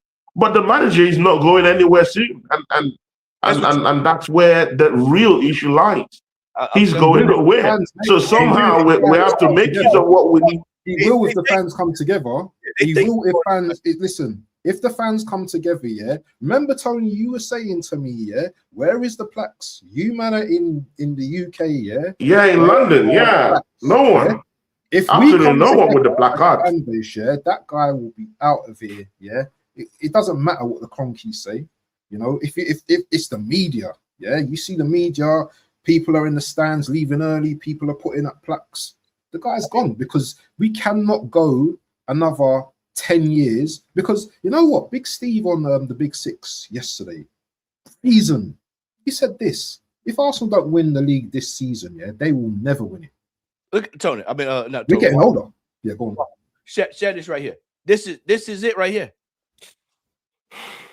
This is it right here. This, before that goal went in, this brother here, right here, whoever this gentleman is, why is what he was saying. Why? He knows. See, you can only front for so long. We know what's coming. We know what's coming. I told y'all this is Isle of Patmos settings this year. I told y'all, I've been telling y'all that since last summer. I'm telling y'all, because the manager would not turn from his wicked ways. He would not turn from his wicked ways. The manager, regardless of I don't think Ateta is going anywhere in the next 5 years. I'm sorry. I don't think it's going anywhere. You telling me? I don't think so. This fan base don't have the cojones to do anything. Bro, read the room. Read the room. No one. So that's why I'm all for solutions. What can we do right now? Because he's going nowhere. Let's be frank about that. Tony, they had it at halftime when it was when they had it when it was 1-0 Wolves, and they came. Well, excuse me, when Wolves came and tied that game up, you heard the boos. You heard it. You saw the people leaving. We seen it a couple of years back when they played. Was it Brighton Waffle when we and they had the fire drill and everybody left by. These folks know what's up. What they're doing is hanging on to a dream. They're hanging on. They want this manager to be successful, and they have every right to do that. But at the same time, the reality of this situation is deep. Big up, Noms. Like real one in the house. Nomsky, what's up, brother? That brother that I just showed y'all, that brother know deep down that when it gets tight, that this manager is going to probably end up bottling it again. I showed y'all the Champions League, what's coming in the Champions League. I showed you all these games. You've seen the schedule for the next all the way up to March 19th.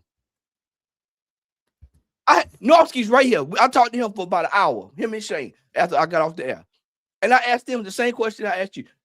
Can you, without a shadow of a doubt, look at the fixtures from today all the way to March 19th and tell me we ain't dropping 9 points? Can you honestly tell me that we ain't dropping 9 points? Are you willing to put your mortgage on? We not dropping 9 points. Do the Shannon, Tony. No, the thing there is that what Mali's saying is the truth. We know this. It's the truth. There's no hiding from that. It's the truth, bro. We have the fact of the matter is this: we're circling back the same circle, and it's everything is included, even down the city. What city does the usual thing where they catch us up, go past us. Now we hope somebody beat them to lose to catch them. We coming down to the last 2 weeks. We need this folk rooting for Spurs. You got all this crazy stuff going on. When in fact, when we find ourselves in situations throughout this entire period with this manager, where we have had a position of authority, we were leading. We were competing last year. We were there before they pulled it away, blew it. The year before that, 2 points behind. Year before that, blew 8 points. 4th to 5th. 8th, 5th. We've seen this. We've seen it. But what's happened is that we were so downtrodden before Arteta got here, before when after Wenger left, to a degree where we were like, oh, well, yeah, man, second place, this is great. Based off we was in 8th. But then when we say, hey, we need to be winning trophies, see, this is where the Carabao Cup stuff come from. We say, hey, man, shouldn't we be trying to win some trophies there? It's still some confidence in the players. Tony, we said that. Tony, you cussed me out over there. Talking about, hey, man, what y'all celebrating the draw for against City? We need to be going there to get a win. And then when we had the same discussion this year and we tell folks, hey, we need to be going to Liverpool to get a win. Well, we're only this many games in. We're only this many games. When you warn people and you telling them over and over, hey, man, we need to be doing this. Oh, it's only this game. It's only that. We're still on top. We're still doing this. We're still doing that. And then when it goes away, Waffle and Tony, when it goes away, everybody's saying, well, I wish we would have did this. We should have bought that. We should have done this. Maybe we should have done this. You're going to start hearing at some point. You're going to start hearing, well, maybe the manager should tweak the system for the player. That's coming. That's going to come. And it's going to shock. That's coming. That's going to come too, right? You know, we're shameless. You know, Arsenal fans, we're shameless. We're going to do it either way. Yeah, and that's true. That's true. We're going to do it either way. But again, Matty C, yeah. What if Gyökeres, I mean, Wafudon said this earlier, yeah. What if Gyökeres, yeah, comes on and scores in that game against Everton? Let's say he scores a double, yeah? Without him, without us making him central to our play. That the system hasn't been tweaked. Just out of the blues, he scores 2 goals. In the next game, he scores 2 goals again. Then what will be the argument at that time then? So would it be that the manager hasn't tweaked anything or he has just been lacking? I just want to know what the argument will be when he starts scoring goals, because he will start scoring goals later on. I know this because I know the kind of player he is. But the thing that he hasn't really adapted to this system. That's why he's not scoring goals. And that's why I'm advocating for other players to help out while he's trying to figure out his rhythm, figure out himself. But if he scores against Everton, goes on, scores against Aston Villa, what will be the narrative at that point? Would it be, and without Arteta tweaking anything? Well, we've stuck by him, Tony. Yeah, that's what I'm saying. Yeah, I've been day one. Okay. We've stuck by him. We believe that the man can get the job done anyway. So it's like what Waffle said. I mean, if he starts scoring, he starts scoring. We've already told y'all that. It's the one. It's supposed to keep saying this man is. Oh, he's struggling. He's doing these players. Because by then it won't be the system no more. By then it won't be. Oh, it's because of the system. Tony. Oh, it's because of they're not passing to it. It will now be. Oh, okay, you're a world-class striker. This is what we paid you to do. Now you're doing it. Tony, if the man. So why can't he really do that now? So again, this thing it could be mental too. So I don't know.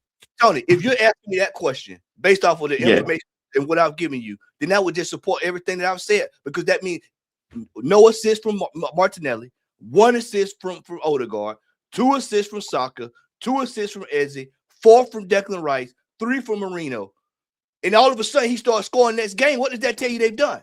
Oh, we got to figure out a way to get him the ball. Does that not suit? It's as simple as that. That's a simple answer. It's as simple as that. That tells me that, we had to go back to the drawing board, which is what they should have been doing from the rip. Because identifying a problem and finding a solution. That's what they do. Because we probably would have beat Aston Villa if they'd done this. We probably would have got over on Liverpool. You probably would have got City. These are when we start talking about points drop.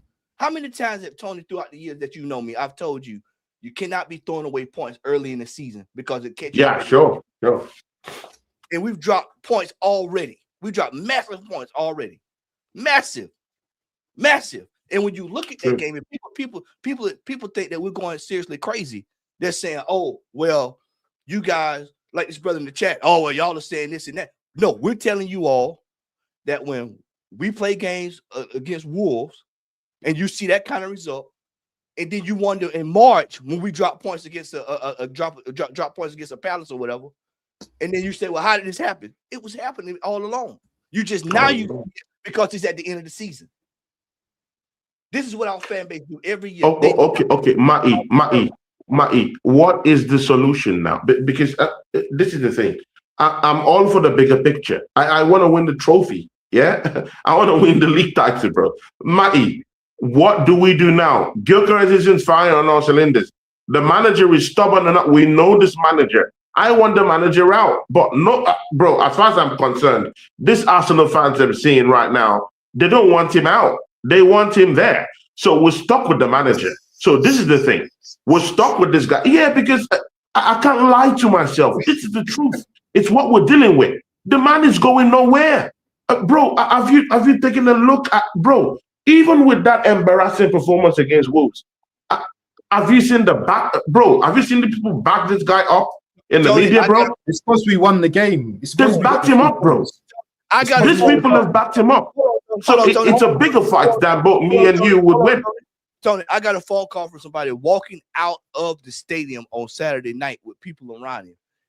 And I'm hearing people singing, and I'm hearing people saying, what the F are you singing for with a performance like that? This manager ain't winning nothing. That's what I'm hearing in the background. That's what I'm hearing from people coming out of the game. I'm hearing from people that's in the game. People are leaving. As soon as that goal went 1-1, they're up and walking out of there. But what percentage is that though? Tony, because so many other guys are there. Tony, we have this Gen Z. I mean, actually, they're throwing the support on him, bro. They back him up with everything they got, bro. And it doesn't matter. It doesn't matter what me and you say. They love the manager. The manager at the end of the day will fly out and go have an eat out with Josh. They're probably in the sauna right now talking before they even come up for training. So, I mean, this is what it is. We're stuck with the manager. Tony. We're stuck with him. Tony, why have we got this this attachment? Why have we got this? We give up all the time, and this is why City mock us all the time. There's going to be a conversation at the end of the season if we don't win anything, yeah. And I don't care what Boy 10 is saying in there, yeah, that we can't get the. There will be conversations if this guy doesn't win anything at the end of the season. There's no way we're going six years without winning nothing. While Spurs won the Europa last, Crystal Palace won the FA Cup last. United won 2 trophies. There's no way. There's not. Matty, don't be sunk in. This manager has also dropped the ball on 3 title challenges, and man is still here. Man is still the king. Bro, okay, throw that all away. Do you know how much Champions League has actually paid Arsenal? Arsenal have already raked in just in this round already. 14 million pounds, people. Tony, the ownership. They're making money. There is no real reason. See, what have we done? There is no real reason for these guys to actually sack the manager. Do you think they care about trophies, bro? I think when he missed the first and the second one, that should have been okay. Bye bye. Okay, you don't have it. They had to wait for the third one. And now we're on the 4th one now. And you think now is the time to sack him? I don't think so, bro. We're stuck. So whatever my projection is with the manager right now because he's going nowhere. Unless this manager comes out and say, hey, I'm leaving the football club for Barcelona or Real Madrid. That's the only way he's leaving this football club, bro. He's buddies with this guy. He's making money for them in the Champions League. It's all good. They're having a party. Wait a minute, Tony. Wait a minute. You think those billionaire guys talk? Hey, sorry, mate. Go. Yeah, watch this. You're telling me that you run Edu out of here. You run, was it garlic? You run garlic. Was it garlic? You run garlic out of here. You run out of here. Why we bring Berta in here for then? And you're telling me, right on the back of that, and you're telling me a whole new man that has no ties to this football club. And I've told y'all how this works. People keep thinking I'm crazy. Me and BBK, we see this over here all the time. We know what's coming. I'm telling you now. The man is on borrowed time this year. Because nobody's going to pump a billion. I hope so. I pray so. Not Tim Lewis. Thank you. I hope so. I want him out. Yeah. The manager is on borrowed time. And it's for when you keep talking about the fans, I'm telling you now, how does cancer start? Just like this. A little small, something small. And then it spread. And then before you know it, it's at a fever pitch. I'm telling you now, I'm willing to put money on it. If we did not win that game, there will be discussions today about this manager, whether he's right for the job or not. And I know this to be true. But again, do you think Beta has the power to actually sack Arteta? He has all of the power to sack Arteta. You watch what I'm telling you. You think so? I think so. He's got the influence. The ownership. No, does he have direct power? Does he have direct power to sack him? Let me land this point. The ownership came out in August and said Arteta has to win trophies. S plural. Trophies. You telling me, Tony, if you spend $1 billion on a product, you don't expect to get the ultimate return from it? Of course, I want to. So you telling me it's okay to throw $1 billion on these players? You're putting money on players. Think about this. You're putting $1 billion on players that are probably only playing 8 games a year, 12 games a year. 10 games a year, 9 games a year. That's the product you're paying for. While not winning trophies in the process of it. While being ridiculed, being laughed at on the world stage. Look how, Tony, think about this. Let me give you something to marinate on. You know, put your hands out. You know, I'm going to drop something out there. Put your hands out. Wouldn't it be the most Arsenal thing for us to go undefeated in the Champions League phase and then turn around and get put right out the tournament right as soon as we get through? Ooh. Wouldn't that be the most Arsenal thing you ever seen? What did Victor what's the name? Company said? Yeah. Leagues ain't won, you know, in November. You know, we want to play you again when it really counts. There's going to be times this year. There's going to be several chances this year where this manager's going to be put under the microscope. I really thought we were running away with this title, bro. I mean, let's forget all this talk, bro. I really thought we were running away with this title, bro. I mean, the margin was high, bro. The margin was high, bro. We were on a high. Tony, and then everything just crumbled, bro. Tony, bro, I won't lie, bro. If we were 8 points clear and didn't win the title and lost by, was it 3 points or something like that? I can't remember what it was. We lost by 2 points. 2 points. 8 points clear, and they walked us back. This year we were 6, and they are 2. This is why I said, who wants to go toe to toe with me on a bet that we don't drop 9 points between 9 and March, and we just scuffle with 1 + 1 = 2 Wolves? 1 + 1 = 2 Wolves, and they scored all 3 goals. There's serious issues here. There's serious issues at this football club. And nobody wants to step back and look and say, hey, we're repeating the same thing that we've done over the last few years. Nobody wants to say that. And then when I bring it up, you see this kind of stuff right here. I see City dropping more points than us. They said that at the beginning of the season. Well, what are they doing now? That's what you said. This guy thinks we're winning a quadruple. So yeah. There you go. Yeah. There you go. Yeah. I said a treble, bro. I said a treble, bro. If you like, see, waffle done. And again, see, you know what, yeah? See, Matty, I'll tell you this, yeah. Even Lee Gunner, your brother Lee Gunner, yeah? Our brother Lee Gunner. I mean, all the times I've been on stream with him, he's been nice to, you know. Even he recognizes the fact that we finally have a team that could actually win the league. He said it with his mouth.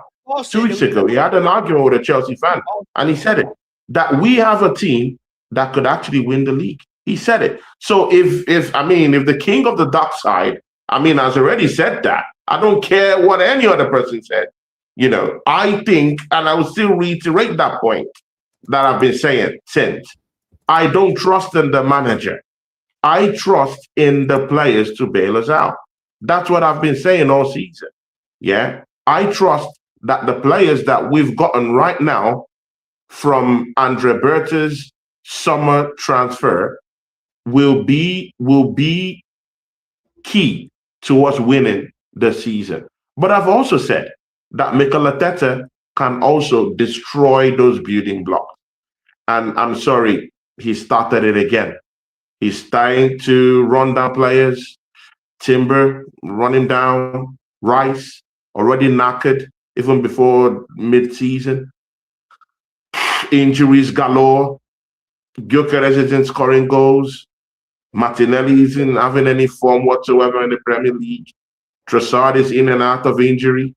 I mean, it is what it is. We've lost our centre back, which is the powerhouse of our system. So I mean, we could roll around. The thing there is that we finally have a team to do it.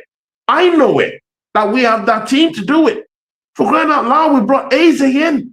That should be a quick, easy talk process. But Eze is looking drab. Why? Because of the manager and the system. And that's what I hear. But again, it is what it is at this point. You know, there's nothing I can do about it. It's the manager. That's the thing. It's the manager. But as for this team, bro, another manager gives us a win. He wins the trophies. Another seasoned manager gives us a win.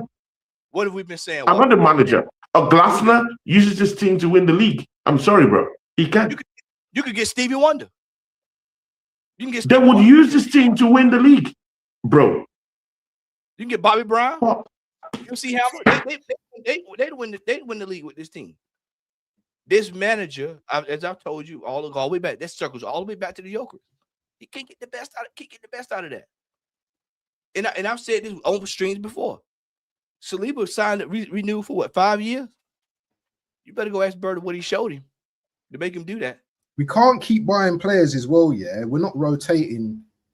Properly. Players are getting injured.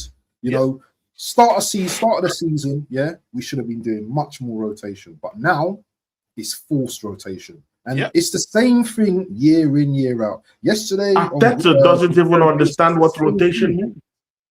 Arteta doesn't understand what effective rotation means. He has completely no idea what that means. And bro, did you see Declan Rice play?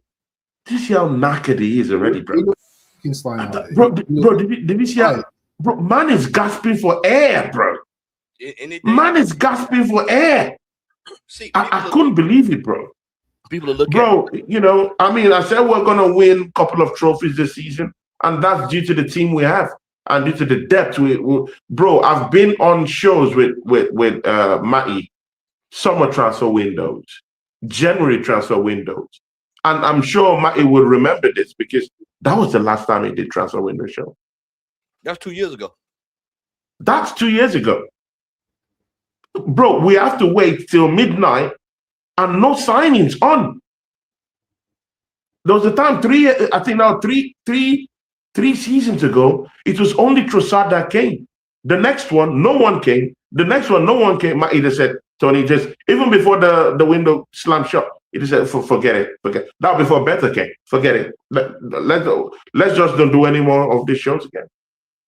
Until Better came. That was really Who do you see being the most? So we've seen those things. So now that Better has done that, we just need to change the manager. But I'm really scared. This manager, he has lots of fanboys. I'm telling you, people. He has a lot of fanboys that really like him. I mean, dedicated people that really, really like him, bro.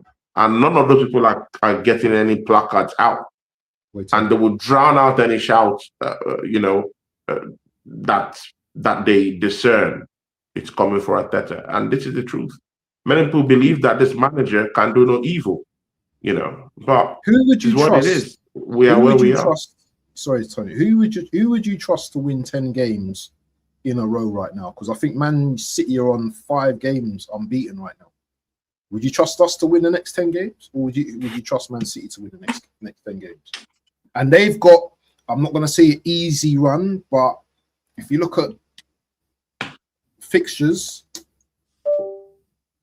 who really are they? Do they have who has City really got that? Here you go, Abs. You can pull this up while you make your point. Exactly right there, right in line. It's the form table.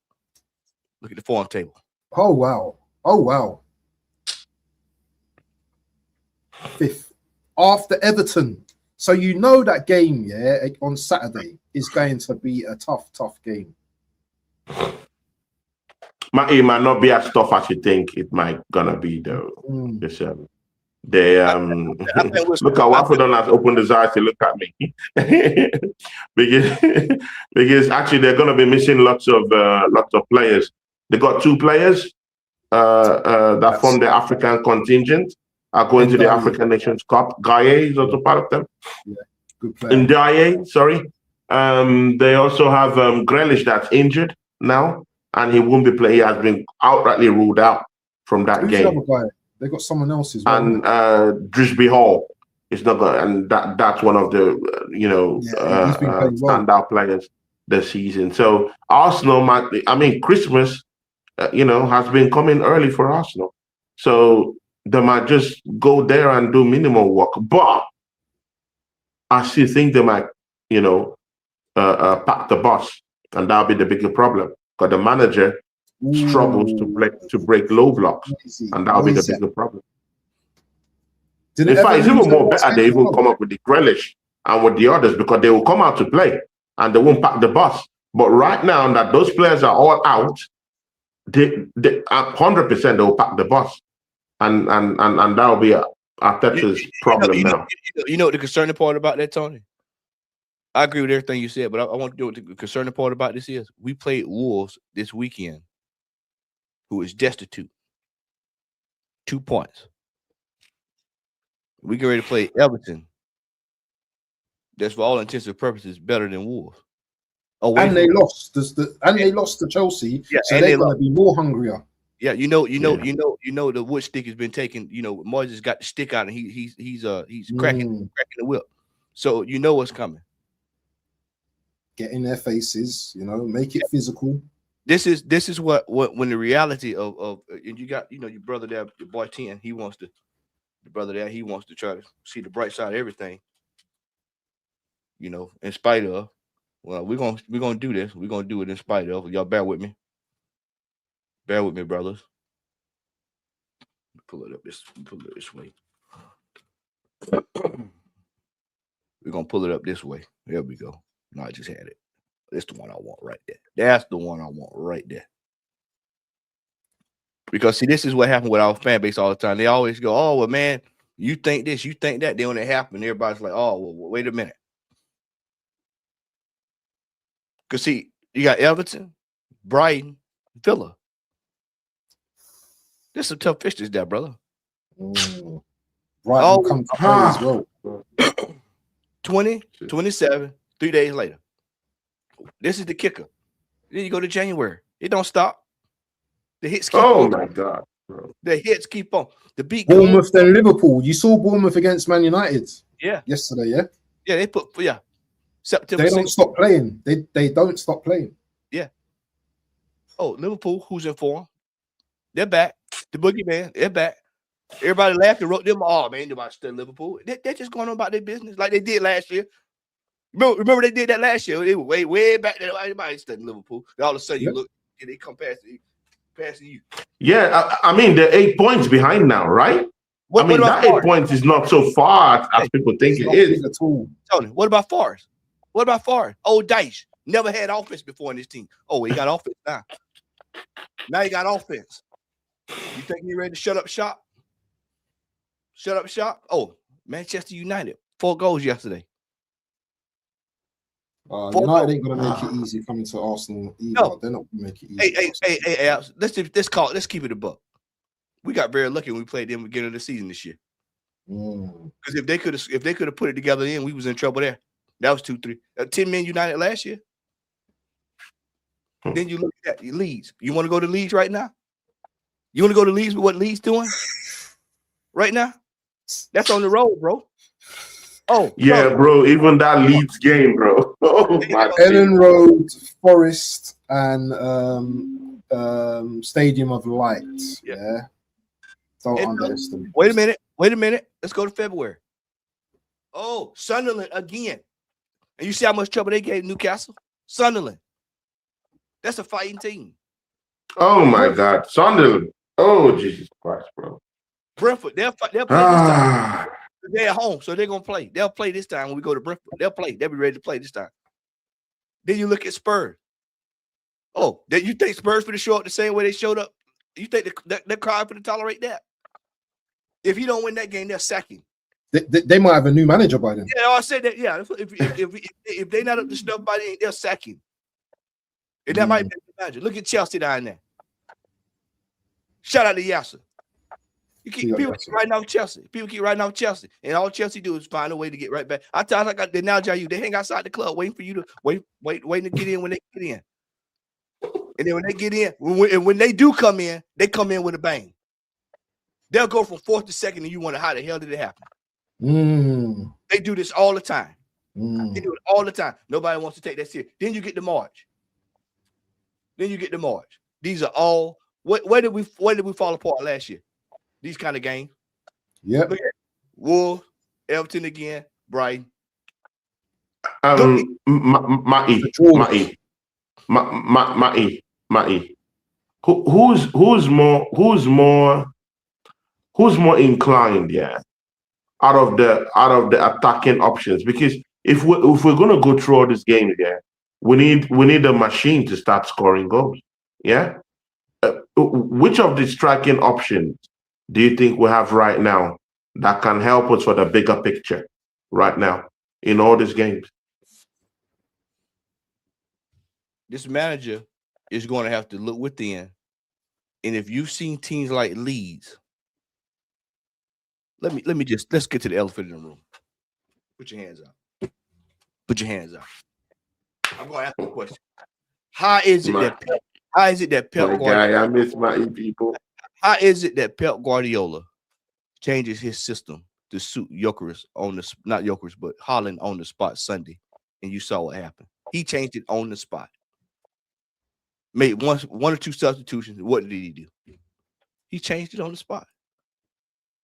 This manager is going to have to let his ego go and say, I'm going to have to try something different here. Yeah. Be a little bit more unpredictable. You can't say we lack the quality. You can't say we lack the quality. We've all said it. We've all said, hey, man, this team should be winning something. He's going to have to do some introspective looking at himself, and he's going to have to say, you know what, I've got to change a few things here for the better of the club and for my career. This is the biggest year of his career, whether he wants to believe it or not. Because people are looking at this, and they're going to have to make an adjustment. And once again, here comes Mr. 10. City changed their system and haven't been as dominant. Well, what the hell was that Sunday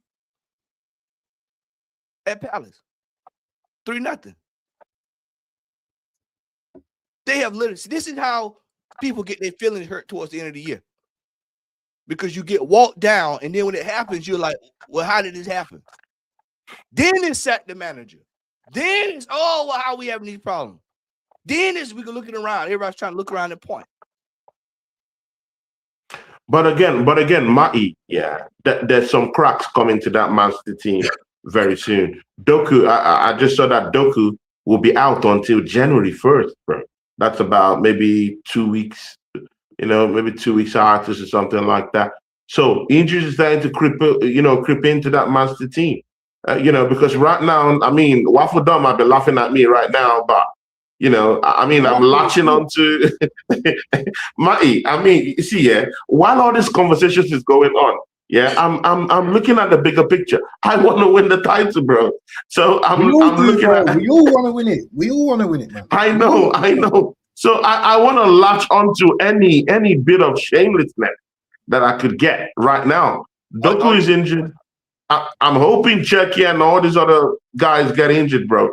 I need that advantage, bro. But you're just living on a hope, living on a prayer. How are you gonna feel on Saturday when City go above us for the first time? I know it's gonna be a point or whatever, but how are you gonna feel when City go above us for the first time this season? Yeah. How are you going to feel? Because it's gonna happen, bro. It's gonna happen. So now the pressure is gonna be on us. We have to win that game. There's no draw. There's nothing. And how do you think the players are going to be feeling? The pressure, they got to go away as well. There's so much pressure on us right now. I don't know why we do it to ourselves. Season upon season, we went to Anfield. We chickened out at Anfield and lost that game. We should have went there with the attacking mindset. I don't know why this manager just goes with the handbrake. We should have beaten Sunderland. It's shoulda, coulda, woulda, and we haven't done it. So now we're in that position. And if it was the other way around, and City were thinking, they wouldn't drop points like this. They would be just going. They would just be going just like that.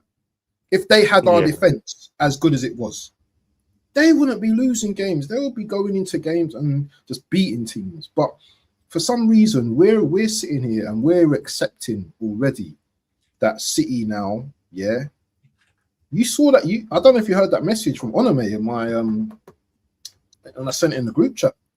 We spoke about this weeks ago. I said to him, Onome, your team's going to lose against Newcastle. He agreed with me. But he said, the fixtures are still favourable to Man City, and we're going to win more games. And lo and behold, it's almost like these City guys just have foresight of everything, bro. It's almost like they see everything and we don't see nothing. It's almost like they see everything. No, not that they see everything. No, it's not that they see everything. we are serial butlers. The manager is a serial butler. You don't need to see through anything. The manager is a serial butler. He's going to bottle it anyway. So they've seen it. You know, it's just like that, bro. It's just like that. What you said, failure for manager, bro. Tony, what you said is true. But there's two things here that also not to sneeze at. The manager's serial butler.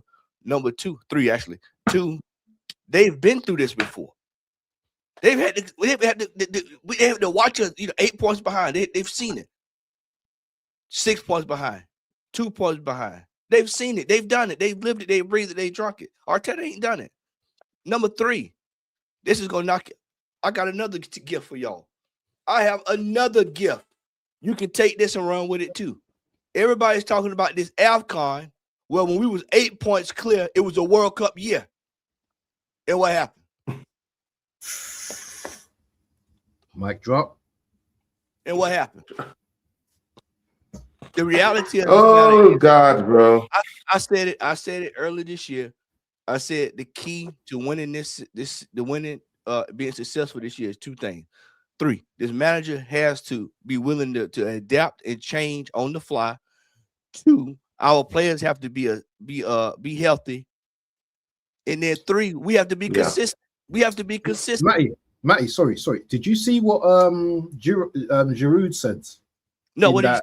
Yeah, I hadn't seen it. I heard about it. I hadn't seen it. Yeah, Giroud is crazy. He mentioned, in that league run, that the players, they suddenly got nervous when they started to see Man City or whatever team it was, circling them.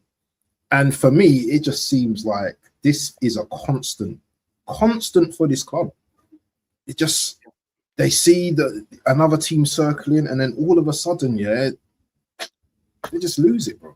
That's why you take what you apply there. Let me bring it up because I had it tucked the way I wanted to bring this up, because that flies right into the into Leicester. That's it, Leicester. Yeah, Leicester City. Let's go into this right here. Let's go into this right here. This as it stands right now, Tony. This is the way the Champions League's looking. Barcelona, Juventus, Galatasaray, and Marseille. So what's the problem, man? What are we worried about? Every one of these teams can go forward. I've long said the manager is so stubborn. He stays on a 4-3-3, false nine. Everybody in the universe knows he plays it. And then we play these teams. They go 4-3-2-1, overload the midfield. And now you playing with, now you got Zuberman running around like a chicken with his head cut off. No, I'm not even afraid of Europe. I'm not afraid of Europe. I think we'll smash up this team. I'm not afraid of Europe. I think we smash up these teams in Europe. I'm not having this. I'm not having it for Europe. For Europe, I think we'll beat these teams. I think we have the penalty. I think we have their cure. This is what we're talking about. We have the penalty. We have the cure. It's the Premiership I'm more afraid of. What evidence have you seen that we're smashing up teams in Europe? Because we didn't do it last season against PSG. We need to get to the final. Bro, we got to the semi-finals. No. We need to get to the Champions League in Europe. But you need to get to a final, Tony. That's Europe, bro. That's Europe. No. The team is bad. Manager is bad. We know that. But bro, don't take away what we look like right now in Europe, bro. These European teams that have had a downturn, they're not looking really that good. That's why Arsenal is topping the table right now, bro. If they are that good, they will be topping that table right now. We've beaten Atletico Madrid, and that wasn't a fluke. Yeah, we've beaten Bayern Munich, the best team in the world. We beat PSG and again, that's not a fluke. We beat PSG. That's not a fluke. Okay, did you think that beating Bayern Munich was a fluke? Was that a fluke? I'm not debating whether. Okay, good. Atletico Madrid, was it a fluke? I'm just saying the knockout phases are where the most. This is where you earn your coin. It's the knockout phases. Yeah, it is. But again, you have to beat the teams that you face. You have to beat the team that's put in front of you, and we've done that in Europe, bro. So it is what it is, and you don't have to like it. The way we do it, you don't have to like it, but what is there is that we're topping the table in Europe right now. I think teams in Europe will really, really struggle to beat us. Where I know that we have a problem is in the Premiership. And that's the one trophy that has eluded us that I really want us to win back. Tony, and right now, it looks like Man City is going to wrestle that away from us. So, Tony, they've got to try to juggle that. Juggle the Carabao Cup. Can I ask you guys a question? Do you think we're going to win the Champions League? No, I have no way. No, I'm asking you a question because you know Matty didn't have to. Matty, you didn't even give it a thought, bro. No. Matty, come on, man. You didn't even give it a thought. You just dismissed it. I'll tell you what. I'll tell you what I think we're gonna win. I think if people laugh when I keep trying to tell y'all this, but people don't want to hear it. Carabao Cup, man. You better take it. No one's talking about. Better take it, bro. Everyone's talking about Premier League, Champions League. No one's talking about the basic cup there, the domestic cup. Exactly, the Carabao Cup. You better take it. Feel that we better take it, bro. Win something. Yeah, we haven't won anything. Man. To feel like we can, we haven't won anything together. We haven't. I agree. We have to take it seriously because that might be the only cup we might actually win too, bro. Well, this Godfrey is 100% correct in the chat. You have to go through that to get to the other ones. Exactly. You have to go through the Carabao Cup to get FA Cup, then the Champions League. Everybody's talking about the Champions League. We got you bypassing everything else. And then with this is why we find ourselves every year not winning anything. And then you got Liverpool, Clark, Bradley. You know Tony Clark, Bradley. All the kids. Oh my days! You got Palace winning FA Cup. You got Leicester City. All these other teams that one step over past us. And then when we get to it, we just turn our nose up at it. We turn our nose up at it. And then when we don't win this, we got to the knockout stage against Real Madrid or whoever we got to. This is great, guys, but don't have anything to show for it. Matty, if all our team members are okay in Europe, I want to drop this hammer right quick. Okay. You talking about you married, but you ain't got no wife. You ain't showing no wife. What good is that? That's how we roll. It's true, It's true. It's true. I got the baddest bee on the block. Well, where's she at? The imaginary, you know what I mean? Yeah. You seen the thing? Nothing's there. This is what we do. We do this every year. I told y'all every year. Oh, God. Certificate of appreciation. A certificate of appreciation. That's what we get every year. A certificate of appreciation. We're at the top of Europe, so you know what? Yeah, that's all. We're at the top of the league. That's it. This is why other clubs banter us, because we love to say we got the best this, we got the best squad, and we got. What are we doing with it? Go and win something then. Yeah. Come the end of the season. Yeah. Let's see our trophies. Yeah. Boy 10, let me see us with a quad. Yeah. Or forever be banned from my channel, bro. Because big up Boy 10. Like this, Boy 10 has been fighting you guys off since, bro. And me not see, if I don't see a quad at the end of our season, yeah, you're gonna go disappearing, yeah, like you always do, yeah. Sorry, not like you always do. I'll take that back because I don't. You will go disappearing, yeah, because we haven't even won a quad. Do you know how hard it is to win a quad? This is what I'm saying. Yeah, not even City fans are talking like that, and they've done a treble. We are talking about winning quads and triples. We had the best team in the world. Who said quad, bro? Who said quad? Boy 10 said quad. We had the quad. We had the Invisibles in the dude. Even the treble, I just said it to troll people, bro. I didn't say it that I really believe it. I said it to troll peeps, bro. It's not. No, seriously, bro. Even me don't believe I was gonna win a treble. I mean, it's just I wanted to troll some people. But again, it's what it is. But I do think we're gonna win a major this season. I think we have the team to win a major this season, and I think we'll win. We'll win a major. I think so. Man City can't scoop everything. We have to have Man City can't scoop everything. There has to be one we can win with this. Win something, though, I think. Bro, if Crystal Palace is winning, bro, is winning with that team, bro. Yeah, they're winning the FA Cup with that team. Why can't Arsenal, with what we've acquired, bro? Why can't we win a domestic double this season, bro? Why can't we win the Carabao Cup and the FA Cup? That won't be enough to save Arteta anyway. But why can't we win that?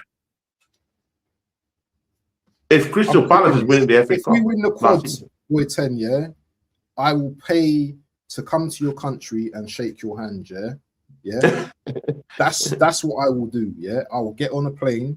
Yeah, I promise you, I'll get on a plane. Yeah, and I'll come to your country. Yeah, and I'll shake your hand. And waffle done. Miracles happen, bro. Miracles happen, bro. We ain't winning no miracles pod, happen, bro. We ain't winning no pod. We ain't winning. I'm just saying. Yeah, don't throw away that miracle factor. We couldn't even beat bro. Wolves, this Wolves game, we would have lost it. Wolves scoring our own goals, but people are talking about a pod. How does that make sense? How does that make sense? That's crazy. I know Tony's trolling now, but how does that make sense? Our striker doesn't score goals. Yeah, we're waiting to have a step back. Boy 10, don't do that, bro. Boy 10, you can't win that argument, bro. I mean, don't do that, bro. Calvert-Lewin has more goals than our strikers. Don't do that, bro. But we're winning the quads. Believe. Boy 10 says we're winning the quad, Tony. Bro, I'm sorry, man. I can't be your hero in this, bro. I'm sorry, bro. I'm sorry, man. We're not winning no quad, bro. With what is going on? He's not trolling. This is serious. But I do think we're gonna win. We're gonna win a major. What major now? And I'm thinking. But which one is it? We have the team to win the major. I'm sure. Matty, don't we have a team to win the major? We don't have the manager this season. We don't have no. Do we? No, Matty. That's not a question. Do we have a team to win the major this season, Matty? What does that say? Out of 7. But Matty, do we have a team to win a major this season? Tony, we're not winning. I mean, you don't need to sugarcoat it. I told you earlier. Gunner have said it. So I want to hear it from you. I told you earlier that the team that we have should be winning stuff. But the reality is you keep trying to force feed that into that the team will win with this manager. When I keep telling you this manager is not going to win with this team. And when this is all blown over, that's when people will realize you wasted time. You've wasted time with this brother. This was the year. Manchester United is downtrodden. Liverpool started off rough this year. Man City is rebuilt on the spot. They rebuilt on the spot. Chelsea's bought all these kids, and look what Chelsea's doing, winning trophies. They still win trophies regardless of the fact. Thank you. With the children. They told us, oh, you can't win with kids. Well, Chelsea can. They've done it. Why can't we? This manager is going to have to step up in big occasions. Whether Boy 10 wants to believe it, anybody else wants to, this manager is going to have to learn how to step up in big situations. And what we saw this weekend, the great heist of 25, that you're not going to be able to get away with that luxury in the Champions League. Them teams will find you out, man. You're not going to get away with this in the second half of the season. You're not going to be able to do it. You're just not going to be able to get by like that because somebody brought up early in the chat, these teams that's in relegation. In relegation, they're going to be, this year outside of Wolves, there will be a relegation battle this year. So everybody's thinking we're going to pull up to West Ham and think that West Ham's just going to lay down when they're trying to keep their top flight status. They're going to be coming to play. And you know Nuno's going to go buy players in January. You know that's coming because he got to get his own players in there. Leeds is going to be trying to fight to stay out of there. Brentford's going to be trying to fight to stay out of there. We're in a situation where every game that we play is going to be against somebody that wants to beat us because we talk too damn much. And number 2, you know, they're going to try to achieve a goal. And it's up to this manager. The man managed this team, which is when we talk about rotation, rotate these players, keep them fresh, new ideas, be less predictable. 4-3-3 17 times this year. Last year, 48. Year before that, 50. Too predictable. You got the striker up there. Same thing week out with him. It's predictable. It's predictable. The whole thing has become predictable. This is why you got teams like Wolves giving us trouble. Aston Villa. What happens if Aston Villa? Matty, can the transfer window in January bail us out? Cut the spigot off. Why? So I want you to think about this. So if we've got the best squad, why are we going into the transfer window? Me too. Sorry, mate. No, but no, Waffle Don. No, we're not doing that. Come on, we've even you. We have the best squad? Talked about Rodrigo. Waffle Don, don't do that. No, that's not the don't point do I'm that. making, Even you have talked about you wanting Rodrigo in this football club. Then why does this sound alien to you, bro? Me and you have talked about Semenyo coming to this football club. Why are you hollering at him? That's the wildest thing you've heard, bro. Bro, don't do this, bro. Matty's my guy. I mean, don't do this, bro. Come on, man. You've said it on streams. I've said it on stream.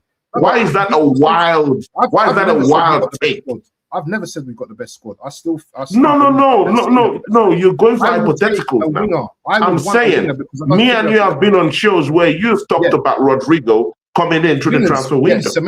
You've talked about Semenyo coming through the window. So why is it such a wild take right now, saying that if the transfer window could help us bring one or two players in? I'm just saying.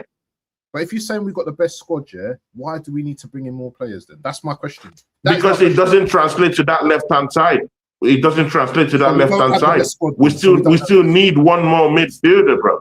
We still need one more midfielder in the middle of the park to come in and help Declan Rice. Rice is already knackered, and it's not half season. We don't have the best squad. So do we agree that we don't have the best squad then? We need players in. Do we agree with that? Bro, I never said we have the best squad. I never said that. I said we have the best squad depth. That's what I said. But if we have the best squad depth, why do we need to bring in? Are you talking about quality now, or are you talking about depth? Because you said we've got the best squad. That's what I said. Depth. That's what I said. Okay. Yeah. And we still have in comparison with other teams. We still have that in comparison with other teams. So if you're talking about quality, okay, that's something I can't control. But when we're talking about the depth, yes, we do have. Bro, do you know how much injuries we have? But yeah, we're still coping with those injuries. That's not an excuse anyway. But two of our centre backs are out. Yeah, our mainstay centre backs are out. Other teams still have their centre backs out there. So yes, we do have that squad depth. Does he have the quality that could really help us out without there being any drop off physically or visibly? No, I can't vouch for that. The answer is no. But we do have that depth. Either way. Can I ask a question? Yeah. Tony, are you ready for this? Yeah, I'm ready, bro. I'm always ready for your bombs, bro. You ready for this? I'm ready. Are you prepared to move on from Gabriel Jesus if there's an offer that comes in for him that provides us with an opportunity to bring in a better piece? Yeah. Okay, I think that's an easy question. Matty, that's an easy question for him. Easy, but see, it's easy for you all. Yeah. These are the questions. But not for January, though. There's a caveat there, not for January. There's a caveat there, not for January. Because Gyökeres could end up injured. No, look. Gyökeres could end up injured, and it's not far from imagination. Gyökeres has already been injured already. He could get into injury. Kai Havertz is still struggling with an injury. It's out. So who would come in when Gyökeres is out and can't score goals? And if Kai Havertz is out, what happens? Then we're left with no striker then. Say it again. You said? Say it again, Walt. I said we've coped so long without Jesus already. For such a long time. No, I hear you, but it should be something that should be timed. I hear you, but it should be something that should be timed. Because Kai Havertz is injured. We don't have him at all. Again, Gyökeres, mind you, people keep forgetting. Gyökeres just came back from an injury, bro. He just came back 2 weeks ago. He could still go back to injury again. We've seen Benoit come in, go out, come in again. He's out on his way again with a 1 month injury. We can't trust this manager with the way the injuries are piling up. So in that vein, I would say exceptionally, I would want him to leave by January, but we don't have that luxury right now. We can't afford to do that right now because I still feel that Gyökeres might get injured. He might force himself to play, force himself to try to get those goals to please the manager, and he will get injured. So if he gets injured, no Kai Havertz, no Gyökeres, who do we have leading the line then? Merino? Yeah, you bet Merino. He's gonna do that regardless. Because in certain cycles you hear Gyökeres is fourth choice now when Havertz gets back. I don't know. I just think it should be timed. That just thing should be timed. Due to injuries. Apart from injury talk, he can leave anytime he wants to leave. Anytime we want to sell, we can sell. We can sell him. But I still think Gyökeres might get injured. I have that feeling he might get injured. What do you think about all these injuries right now? Because Ben White, a backup right back, got injured. It's only a matter of time. 1 month. Timber will be out for 1 month. For 1 month. All these injuries, Tony, is this not a big concern for you going for a title this season? Big concern is the manager's doing. You know what scared me, gentlemen? He lacks rotational policy, effective rotational policy. He's the problem. He's the cause. It cost everything. The injuries is the cause. Tony, I mean, it's clear now. No one can hide from that. Tony, no human being can hide from that. I've gone on the record, and I've said this. If we had not lost Timber that season, we were 8 points clear. I think that was the year Timber came in, right? Was that the year Timber came in 8 points? Yeah. Timber, yeah. It was because you're injured in the first game, didn't he? The first game. We're probably talking about winning the title. He's that integral to this team. So him being gone for a month, this month, and we saw the schedule going into next month. This is what people don't fail to realize. There's no more Scary as well. There's no more Scary as well, Matty. So he's out for 8. Saliba right back as well. It's Saliba struggling. We saw that Saturday. He's struggling. Even Timber is struggling, bro. He's the next on the line to get injured. He's out. He's out. Yeah, he's currently out. He's injured. He's having muffin shots weekly, bro. He's the next one out. Bro, it's a crisis. We're in trouble, bro. The manager has run down all these players to the ground. Ben White is out. Ben White, he's out for 5 to 6 weeks. Noah God, Tiana said it right there. That's why he played it the other day. Noah God's there. 16-year-old at right back.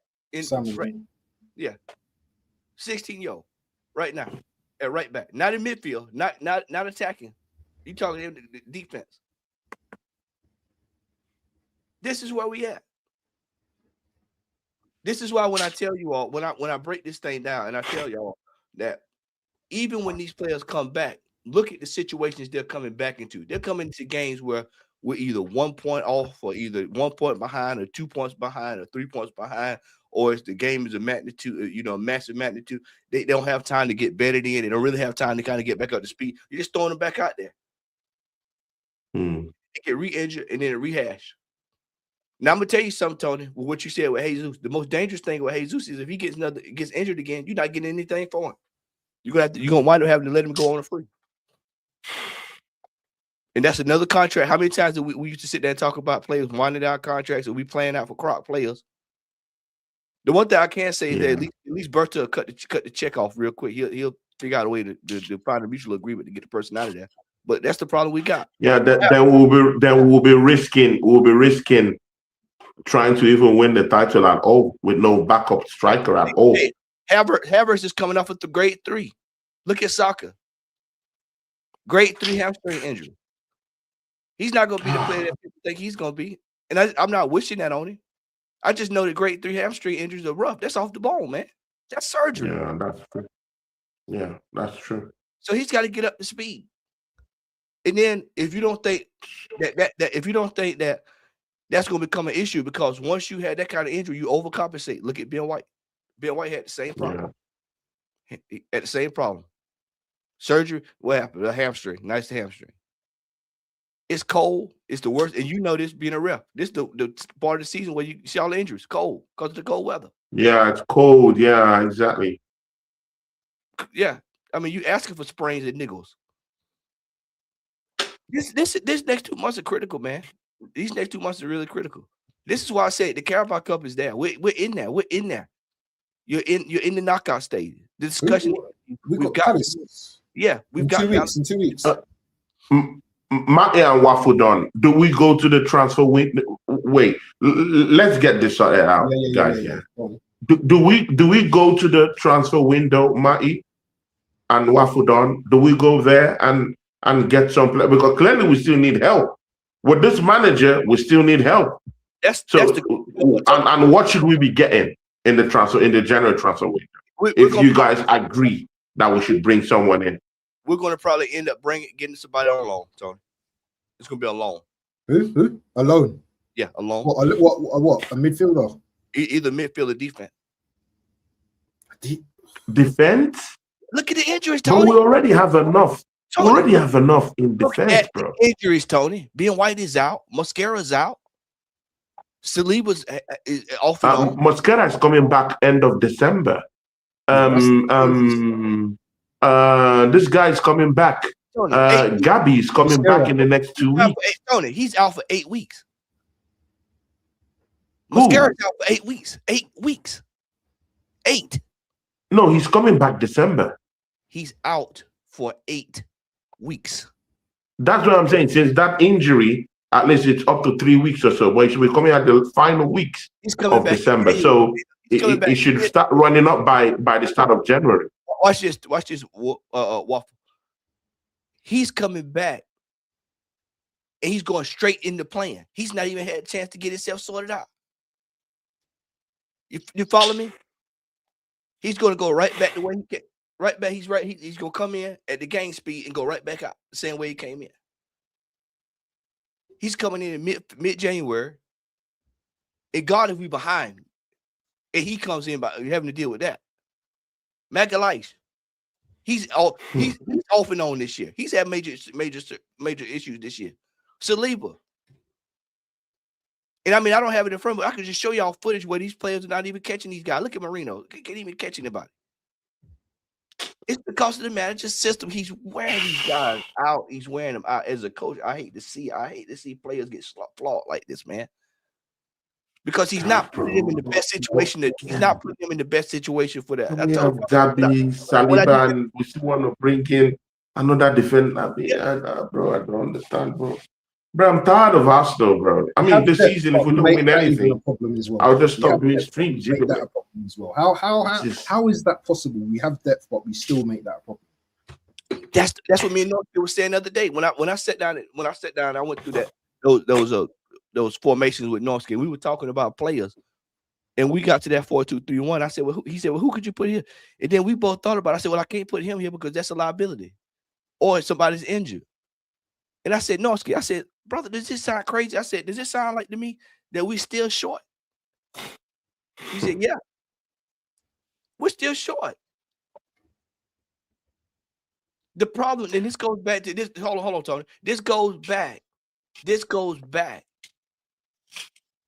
to when we talked the whole thing about Jokers. Yeah, we got players, we got bodies, but do we have the right bodies? And then what are we doing with the bodies that we have? And then that's where the question goes back to the manager. Because I'm convinced that this brother that went out last week, the masseuse man or whoever it was, that brother, that ain't something that just. I mean, think about that mid-season. He just gets up and leaves. He just leaves his post mid-season among all of it. That ain't just something that's a cause for concern.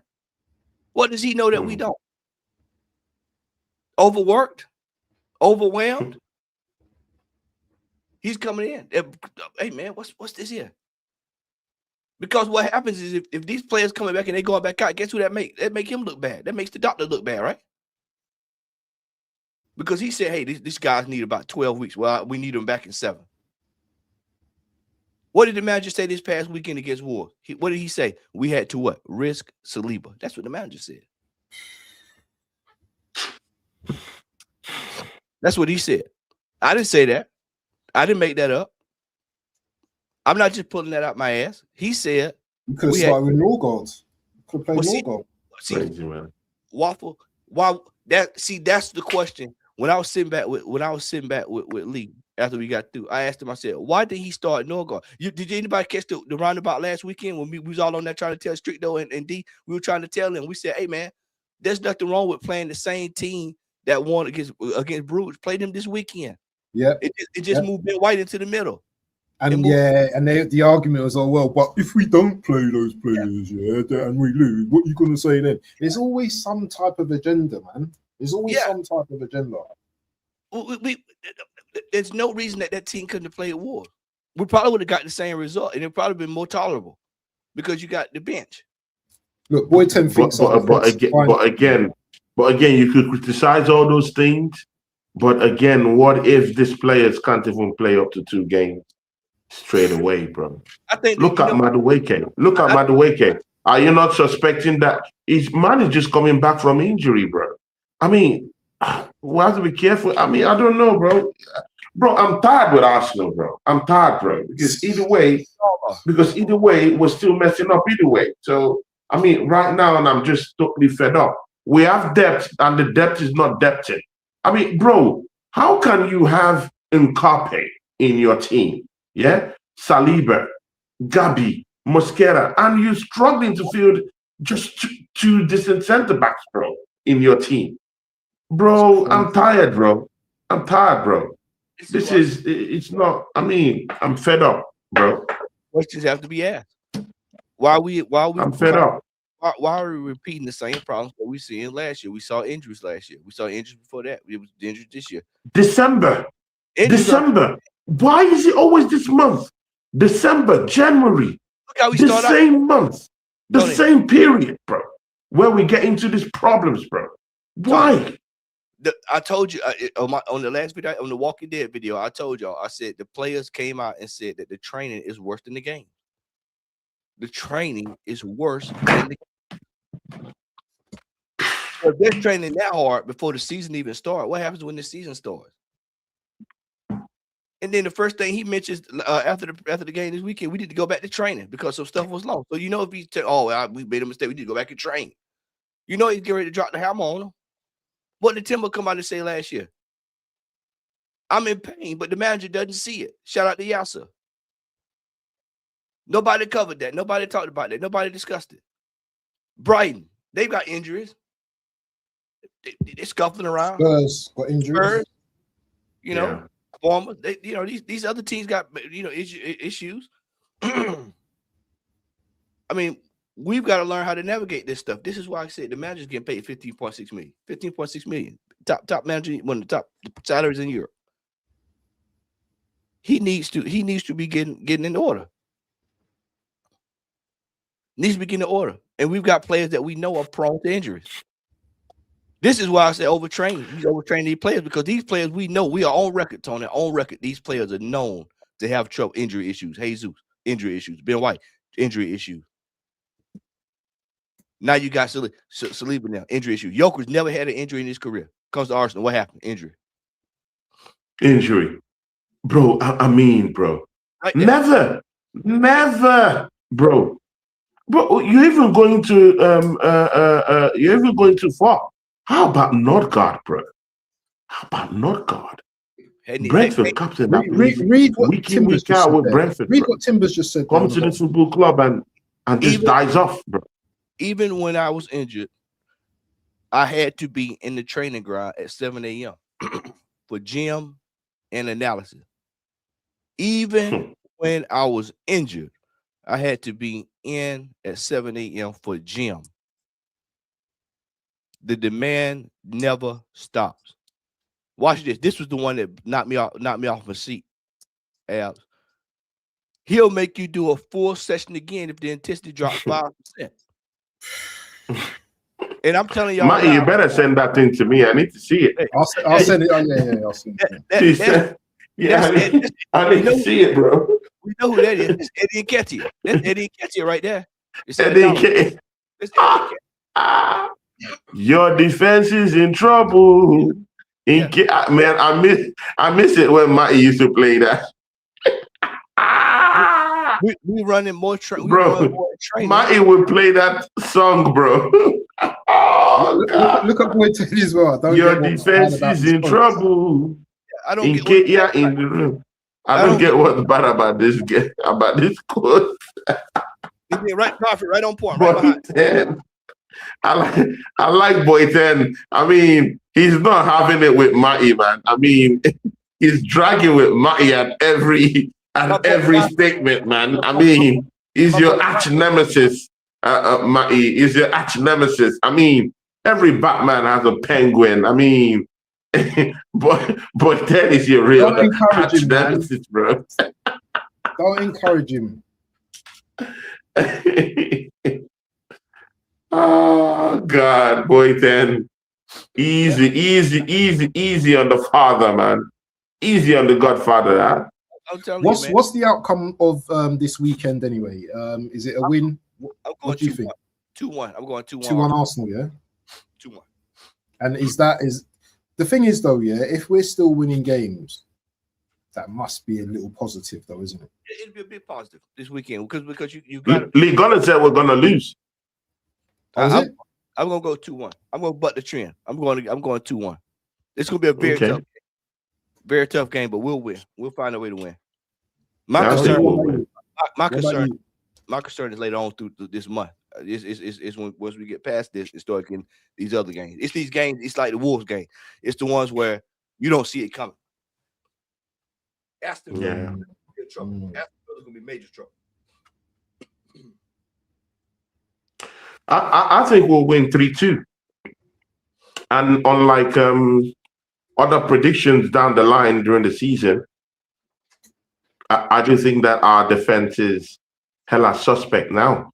David Raya has run mad. You know, man don't want to stay in his post. He's run completely mad. Our defense, no patience in the build-up play again. So no consistency at the back at all. No discipline. Only Nkape trying to get one or two things. The other guys are just, Oreo heads just walking up and down.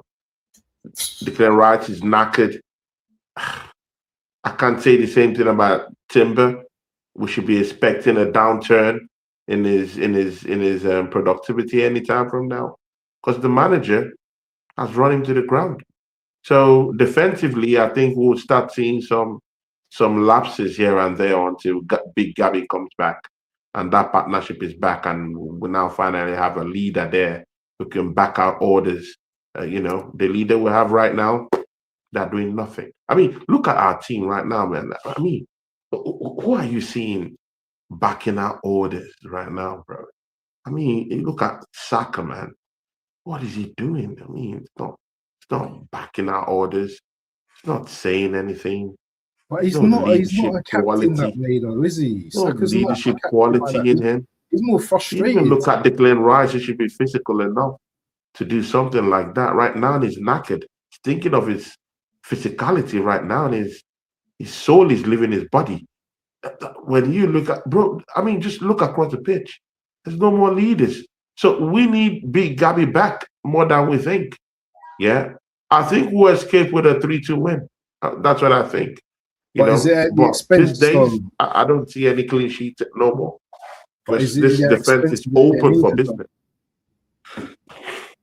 So I'll just say 3-2. I think there are goals in this matchup, whether I like it or not. I just want to remind you guys, quickly, of Saturday, This is what happened, 1 second, I'll just bring it up. And I don't know if a week's rest is going to be enough for some of these players. I'll be honest with you. Everyone's saying, they're getting a week rest and everything. Yeah, that's I'm not too sure, because we might see this on Saturday. Oh, remember this, Matty? That situation. How many times have we seen this before this season? At least 3 times. We saw it in Bruges, where we won the game. The one with Haaland, the one with Erling Haaland. Yeah, that's exactly what happened with Haaland. Was that right there? Manchester United, Liverpool. Brother, this is what I'm saying. Zubimendi. Zubimendi. We've overused him this season too. Look at Rice down the bottom. We've overused him. Rice is even a good case. What about Zubimendi? He's been making this kind of mistakes, quite often now, innit? His game is beginning to drop. The manager is also hacking him off games now. Before he wasn't hacking him off. Now he's hacking him off games now. Without remorse now. He's hacking him out of games. Zubimendi looking angry, animated also. So, bro, and again, people, see, just before I finish up, that quote you brought out that Arteta was blaming the players, that might actually spark a dressing room issue with the players. Gyökeres was a better signing, and the manager. I think it might literally be a big problem, bro, than we're seeing right now. Because if he's, I've never seen Arteta say that about his players, though. That's one thing I've never seen him do. I don't know what that reaction would bring in the dressing room, bro. There might be fire on the mountain for the first time, in a long time that I've seen. Well, he wanted to blame Eze a few times, isn't it? So and what has that done? And he did that right out of the game. He might lose the dressing room. One thing we know is that he hasn't lost all the whole while he's been doing all this stuff with this Arsenal team all these years. He hasn't lost the dressing room. Don't get that twisted. He's the king of the dressing room. But with that statement right now that you pulled up, bro, if he said that, I think that's just a crack that's waiting to enlarge it. It might be a bigger crack later on, bro. Because when he starts taking the blame and putting it on the players, then that's something big, bro. They might turn on him.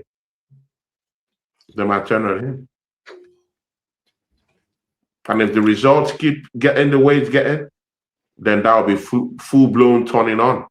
They're going to turn on him. What did I tell you? Isle of Patmos.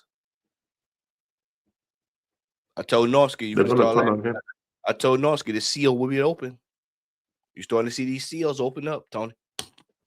He's never done that. I'm shocked at that statement. If he said that, then that's a big sign that something big is brewing. He's never done that. Big up to the chat as well, has been with us for the duration of this stream, man. I think we're going to wrap up though, guys, You want to wrap up now? Yeah, we good. Yeah, let's wrap up. Matty, thanks for blessing the show for us. Yeah, bro. Man. I really appreciate it, bro. I've been trying to get you for our own show, but I don't know. You've not approached me yet for it, but I've been sending you messages. Not messages, but I think, we ought to do it. But thanks for blessing us with this one, bro. We really appreciate your presence. How are you feeling now, Tony? The therapy now. How are you feeling about the therapy session now? Like about Gyökeres now? Have you slightly, or are you still the same adamant that I know Tony's stopping you though? See, Waffle done. I know why you're doing this because I respect Matty very well, but I know that's why you're doing me dirty like this. Because I don't I don't like coming against. If there's anyone that I don't go against, is this guy. But again, it is what it is. The therapy was good, but again, I think we came to an understanding. I would like to put it as an understanding. We came to an understanding that the manager has been the one with the fault. We've all known this from the start. It's not something out of space. We all know the managers are fault for that. But again, I also do think that in as much as we want to blame the manager and everything, some of the players too have to take some certain form of responsibility also. So Gyökeres should take some certain form of responsibility by making those runs. Right now we're dealing with his reputation here. Right now, his reputation as a striker. So, just negate what the manager says and do whatever. Then if he's going to put you on the bench, then we'll know where the problem is. More. It's shine a light more on what the problem is. Do your own thing. Be where you could be able to situate yourself around to score those goals. Negate what the manager says. and score some goals. Then let's see what the problem really is. So it is what it is. Matty came on, gave his talk about it, and I see reasons, to which to which the scenario, is explained well from him. I'll go back and watch his show that he did early in the morning, because he always shares perspectives, and I respect his perspective. So, I've come to that understanding, and it's okay. But again, it doesn't matter. Gyökeres has to score goals. This is what I know. Either way, whether the manager tweaks the system or he doesn't, he has to score goals.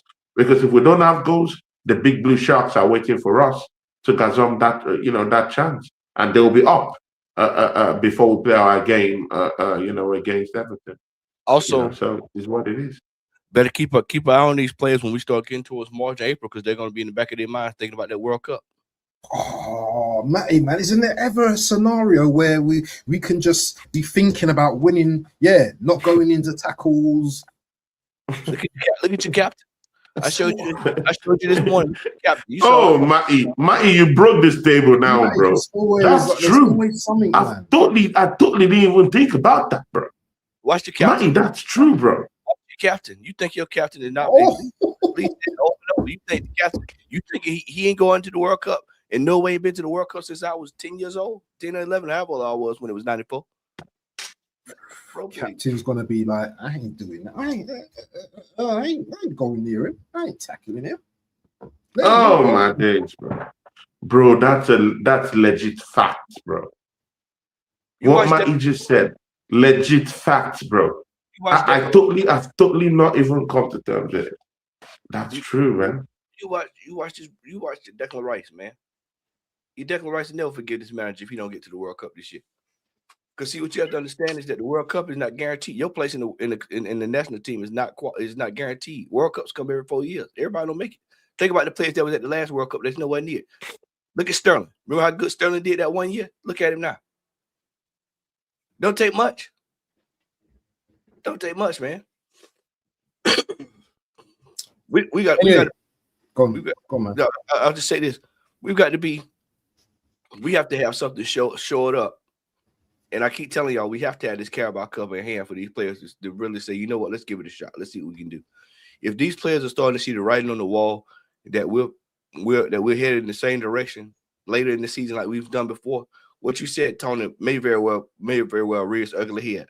And if this manager keep calling out players and they're seeing that we're seeing the same thing, then you'll probably start getting a kickback. And these players now they know that they're under the microscope. There are people like us watching them, especially with this Joker situation. So if they're not putting out the goods, the manager's cussing them out. That we on course for full blown mutiny if we ain't careful. These are senior players now. These are not kids anymore.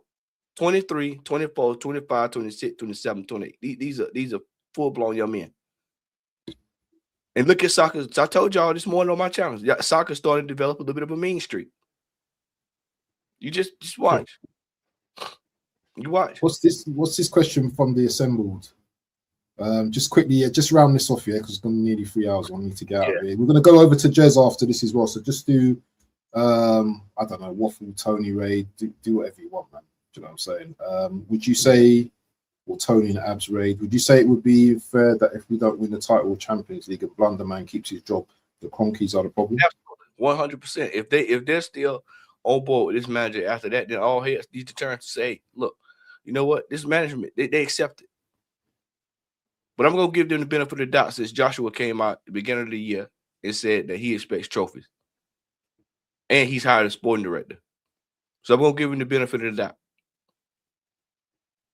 There is a world. I'm not naive to think that what Tony said isn't true. There is a world where this manager keeps his job. I know that. I know this is the football club, mediocrity. We've done it for years. But I feel like the winds are starting to turn. So yeah. No, you good. Go ahead. Yeah, I agree, bro. I agree. Mostly with that statement I saw, I mean, the cracks are beginning to, bro, when have you seen Arteta like actually just flat out just say maybe it's the players' fault, bro? He has always protected his players. Always. He's always protected them. This is the first time I'm seeing that crack. It's beginning to, bro. I've never seen it before. This might just be the beginning of the end, bro. And if we don't win, the league, bro, it might just blow wide open, bro. That's full blown war. You imagine? Yeah. I've never seen that. I was shocked when I saw that. When I saw that statement, bro. But it is what it is. Anyway, yeah. Listen, people, we're gonna get out of here, man. Jez is doing a quiz at the moment.